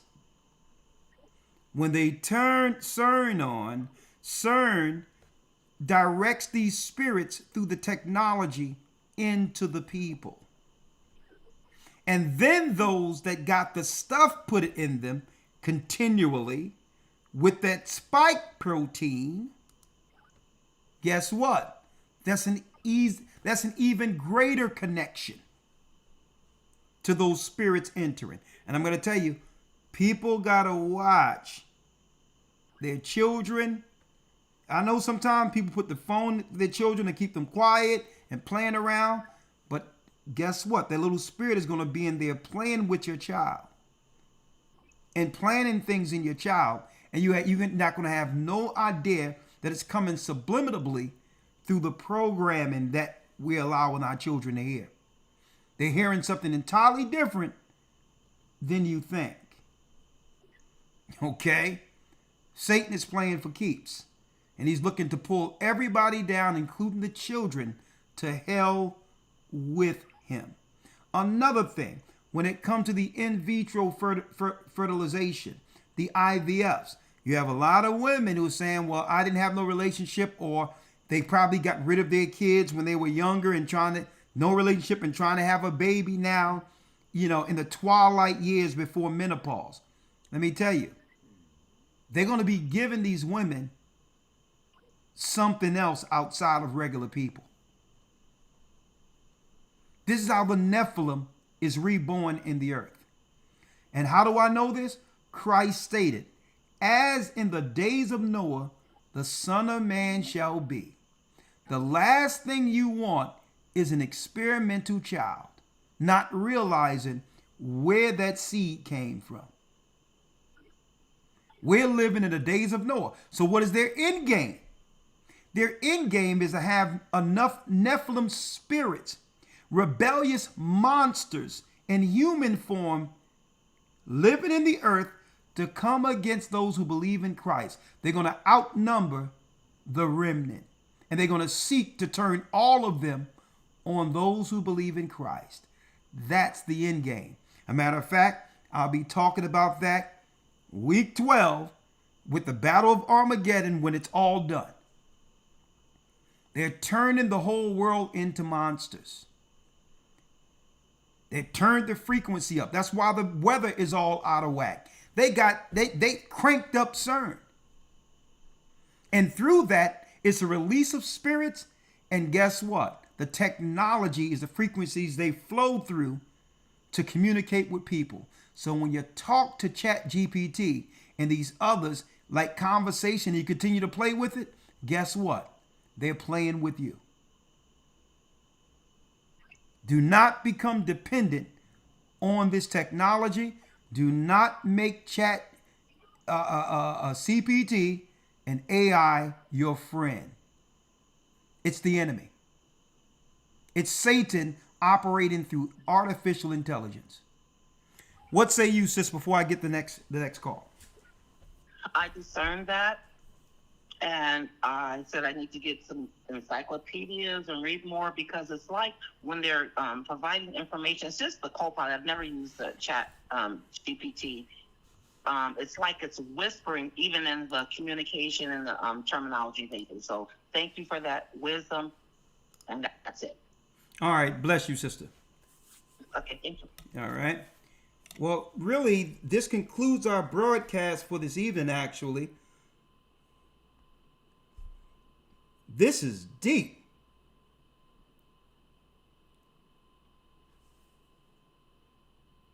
Elder, you just shared with me what my experience was in 2013.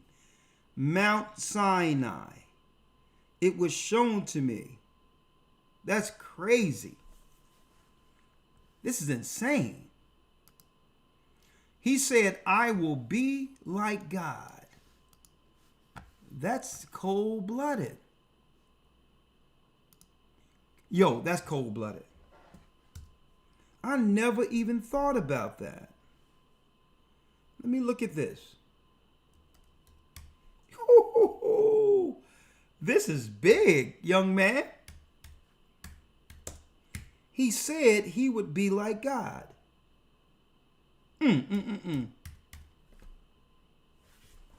Look at this here.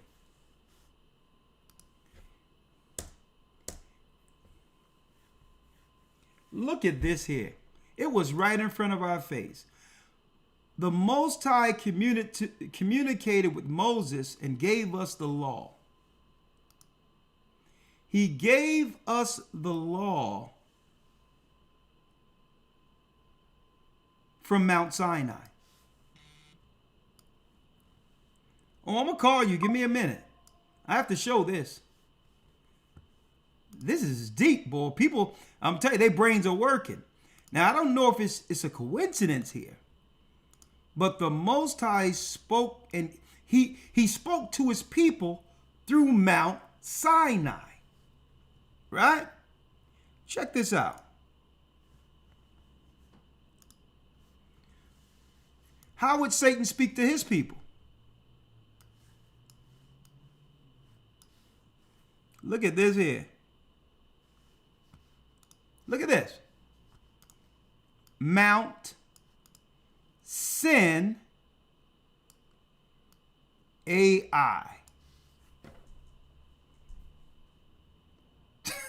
Now that might be a coincidence, but that's deep.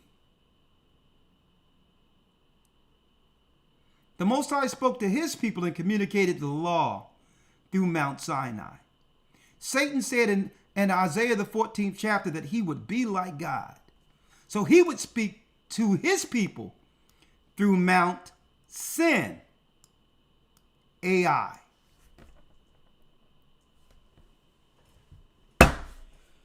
Woo! And that makes that make perfect sense. Because one thing Satan can't do is create anything new. He's not a creator. So everything he does is plagiarism, or what the Most High does, Satan does on an artificial lower level.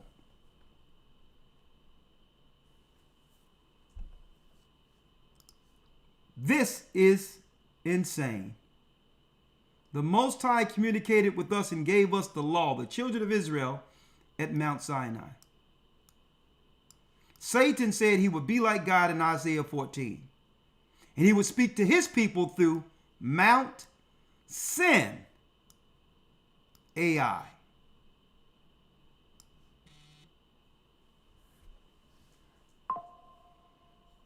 That is deep.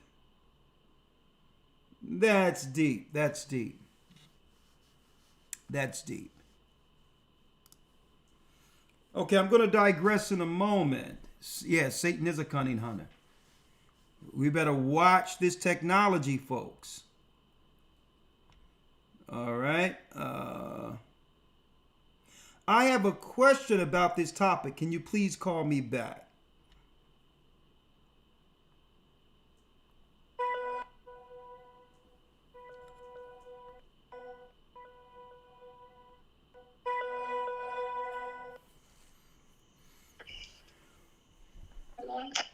Shalom, sister. You said you had a question about this topic? Yeah. I wanted to ask a question about where Trent was about. Well, do me a favor. Make sure the broadcast is on mute in the background. Oh, okay. Can you push mute on that? Where the children, you know how they were being, how kids are molested or how they are, you know, hurt as a child. And I know he was saying, like, if you leave them in daycare or if they're experiencing, you know, certain things by being outside of the home. Yeah. But I had experienced molestation within my home with family members. And where was your parents? My dad was on drugs, and then my mother just was trying to make ends meet.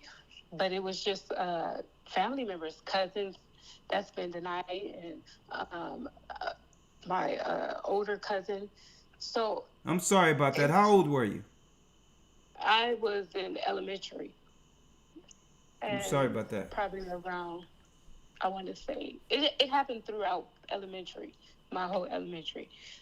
But for me, I feel like it doesn't just happen outside of the home, like just going to daycare or anything, because it can happen when you think you're safe with your family, you know. And I just wanted to say, sometimes, you know, you have to leave your children in daycare, or they have to, you know, so you can make ends meet. Like my mother, when she left us, you know, with family members.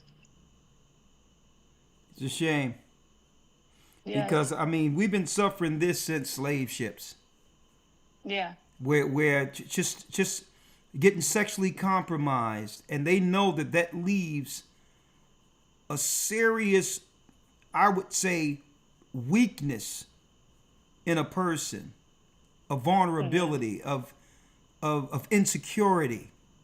And it's where Satan can get in, because you know, it leads to all types of things, promiscuity, and it leads to alternate affection, not realizing what real affection is. Yes. So I pray that the Most High have taken you through this and have healed you through this, because children should be able to experience their childhood through purity and innocence. Yes, and also I have my brother. I didn't know that he went through molestation as well, and then when he got older, he got on drugs, and then he molested someone, and it's like a dirty, it becomes a negative cycle. And the deep thing about this spirit, and I'm sorry to hear about the deep thing about it, is children cannot really resolve what's going on, so they don't know to tell, because they feel to some degree they don't know whether or not what they did was right or wrong. So it's a protection. They protect their predators and are afraid to say anything against the person who did it against them. But yet, when they get older, they'll do it to a child themselves. That's how you know it's a Yeah. spirit that comes in through that. Mhm. And some people keep what happened to them silent, even up into their child. I mean, through their adulthood, letting you know that fear of what that person has done is still present, as if this person never grew through that sin. They never grew through that assault Yes. and that's so arrested true. development. Yes, because for me, I haven't confronted any of the people in my family that did that to me. You still see them? When we have gatherings, I don't have, like, I can't do it, you know. But sister, you're not gonna be able to overcome and grow from it until you tell your parents and tell that person, listen, I don't have anything against you. I'm not going to do anything to you, but I remember what you did to me. Yeah. Right? Yeah. Because by you approaching it and dealing with it, you can now grow from that child. You're still arrested in that moment because you never faced the person who harmed you. I'm not saying harm a person, but you have to let them know, hey, I remember what you did to me. Yeah. And it was foul, and you've affected my life. And I expect you to apologize. Yeah. So I'm gonna tell you, you have a husband? Yes. Yeah. So make sure your husband don't rip something up. But still, when you get a chance, and you're not doing it strictly for this person. You're doing it so you can grow beyond that point, right, of someone harming you. You're doing this so that you can be free of that spirit that came in through that person of selling you, right? Because you don't want something to happen where the people are not around anymore, and you never had a chance to actually release this and get it off of you. And it's for your healing. Okay? Yes. All right. Well, thank you, Elder. You're welcome, sister, and bless you. Okay. You too. Yeah, this stuff happens more often in our community than we care to talk about. And it's the reason. That's why they point this LGBTQ more so towards us. They know it's because of the majority of our children are unprotected and are getting molested. And Christ says he suffered the children to come unto him. If anyone needs protection, it's the children.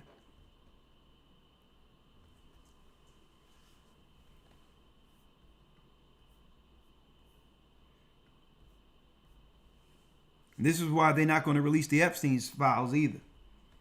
A bunch of satanic freaks. This is how they initiate even the youth into the darkness, into their dark rituals. Right? And you notice we never get, when it comes, I'm going to have a broadcast on that. As a people, we never get to the root causes of our issues and dysfunctions.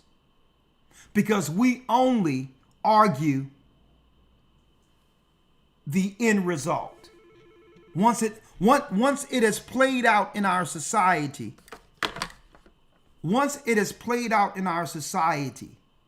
negatively, then we point to it. But we never really focus on the root causes. Everybody look at R. Kelly. Oh, he's a monster. He's this, he's that. And you know what?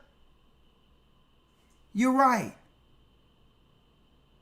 But no one takes the time to realize and say, well, because this guy is such a monster, we're going to make sure we do everything from the beginning to make sure that nothing happened to children as a child anymore, so that we don't have to complain about the R. Kellys. Everybody want to talk about the monster that's created and don't want to go into getting rid of the people who creates the monsters, the molesters.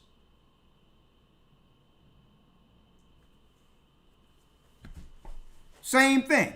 We always talk about how bad, oh man, how bad someone is, and don't even know the profile of that person. The fact that there's an arrested development because at a time of their innocence and purity were taken away from them by an adult. No one wants to talk about it. You know why? Because we're too proud and we'll be embarrassed. We'd rather cover our own embarrassment because now it points to the parents who should have been there to protect their children. And to save themselves from the embarrassment and the accountability that they allowed their child to be molested, they would rather do what? They'd rather keep it quiet. So to not be looked at as an insufficient or an irresponsible parent. Let the child suffer. Let the child grow up with mental illnesses.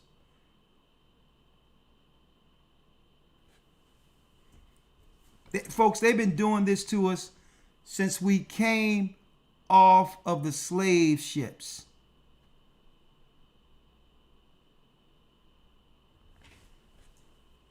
Since we came off the ships. And that keeps us in a perpetual state of dysfunction. And everyone wants to point to the end, at the end of it, how it looks in a community with the stealing, thievery, debauchery, the mental illness. And no one wants to deal with the core issue. They're getting to our children and taking their innocence. That's the core root. It's a weapon that Satan has always used. And Esau have always used that particular weapon in conquering. That's how you keep a nation or people subjugated. By ravishing their children. And I still say, listen, it should be on the books. If someone is found molesting or harming a child like that, it should be capital punishment.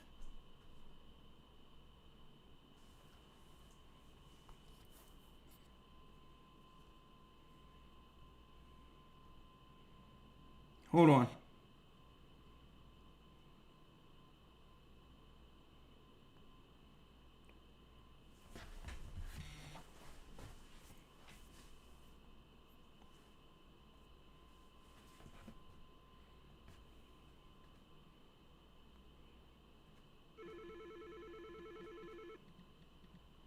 Last call for this evening. Get me fired up in here. It's a shame. Shalom. How you doing, Ronnie? I'm good. Brother.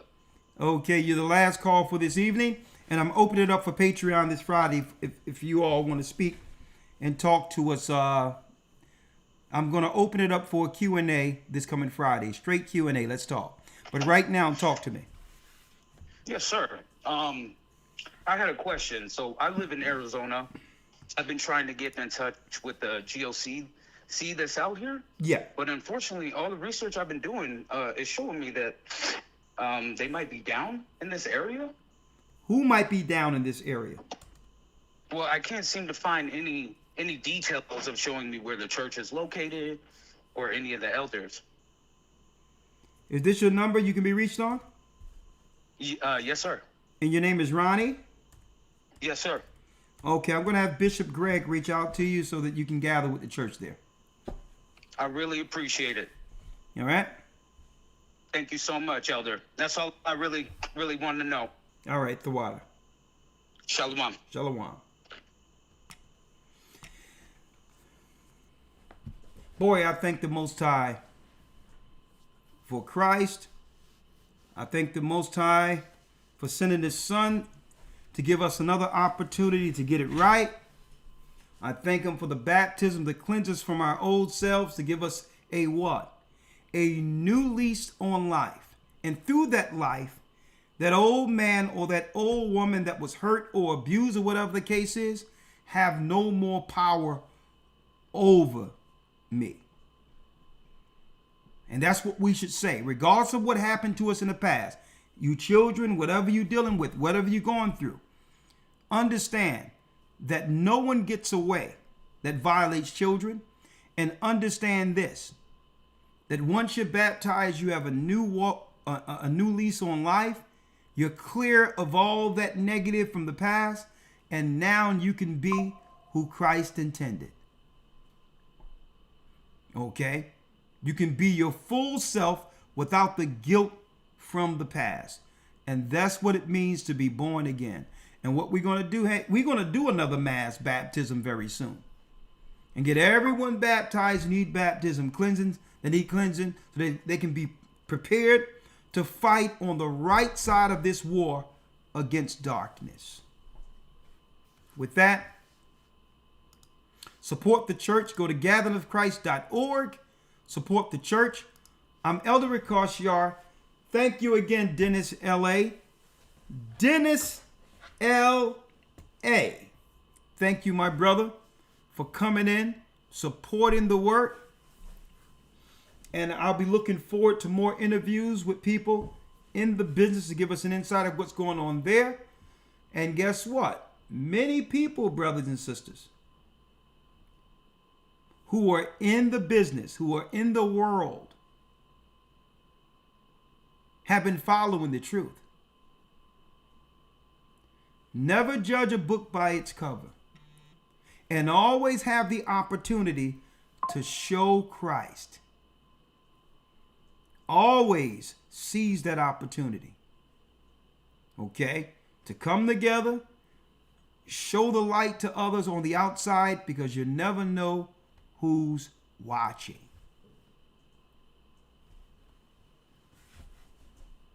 Yeah, Babylon is evil. Hollywood Babylon is evil. But guess what? The Gathering of Christ Church is taking bricks out of the Babylonian structure. And guess what? Babylon is falling, and those bricks are being turned into kingdom people. And see, here, we have all types of discussions here. Our church always had different conversations, different interviews from different sectors, different minds. This ministry has always been nuanced, where we're not just pigeonholed in one particular area, but the message is the same. Christ is Lord, and his kingdom will soon come. I'm Elder Rawchaa from the Gathering of Christ Church. And yes, we're the children of Israel. And we're back. Have a great evening.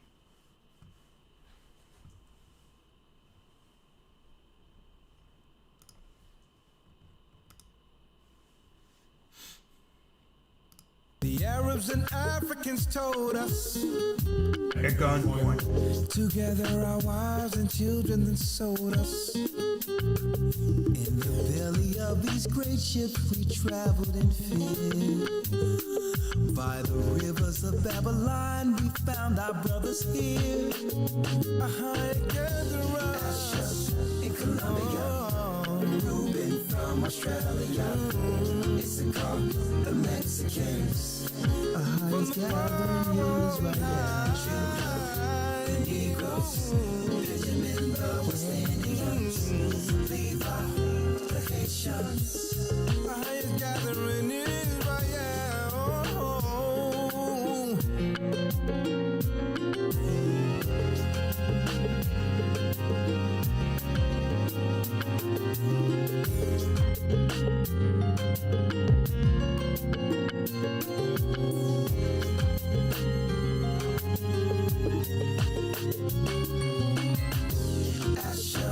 In Colombia, Reuben from Australia, Issachar, the Mexicans. That's who we be, Judah, the Negroes, Benjamin, the West Indians, Levi, the Haitians. Vanessa, the Cubans, Eve from Puerto Rico, and Dolly from the Isles of Hawaii. The Lord is calling back Israel. Zebulon from Panama, Gad, the North American Indians, Simeon, the Dominicans. Our highest gathering is Israel.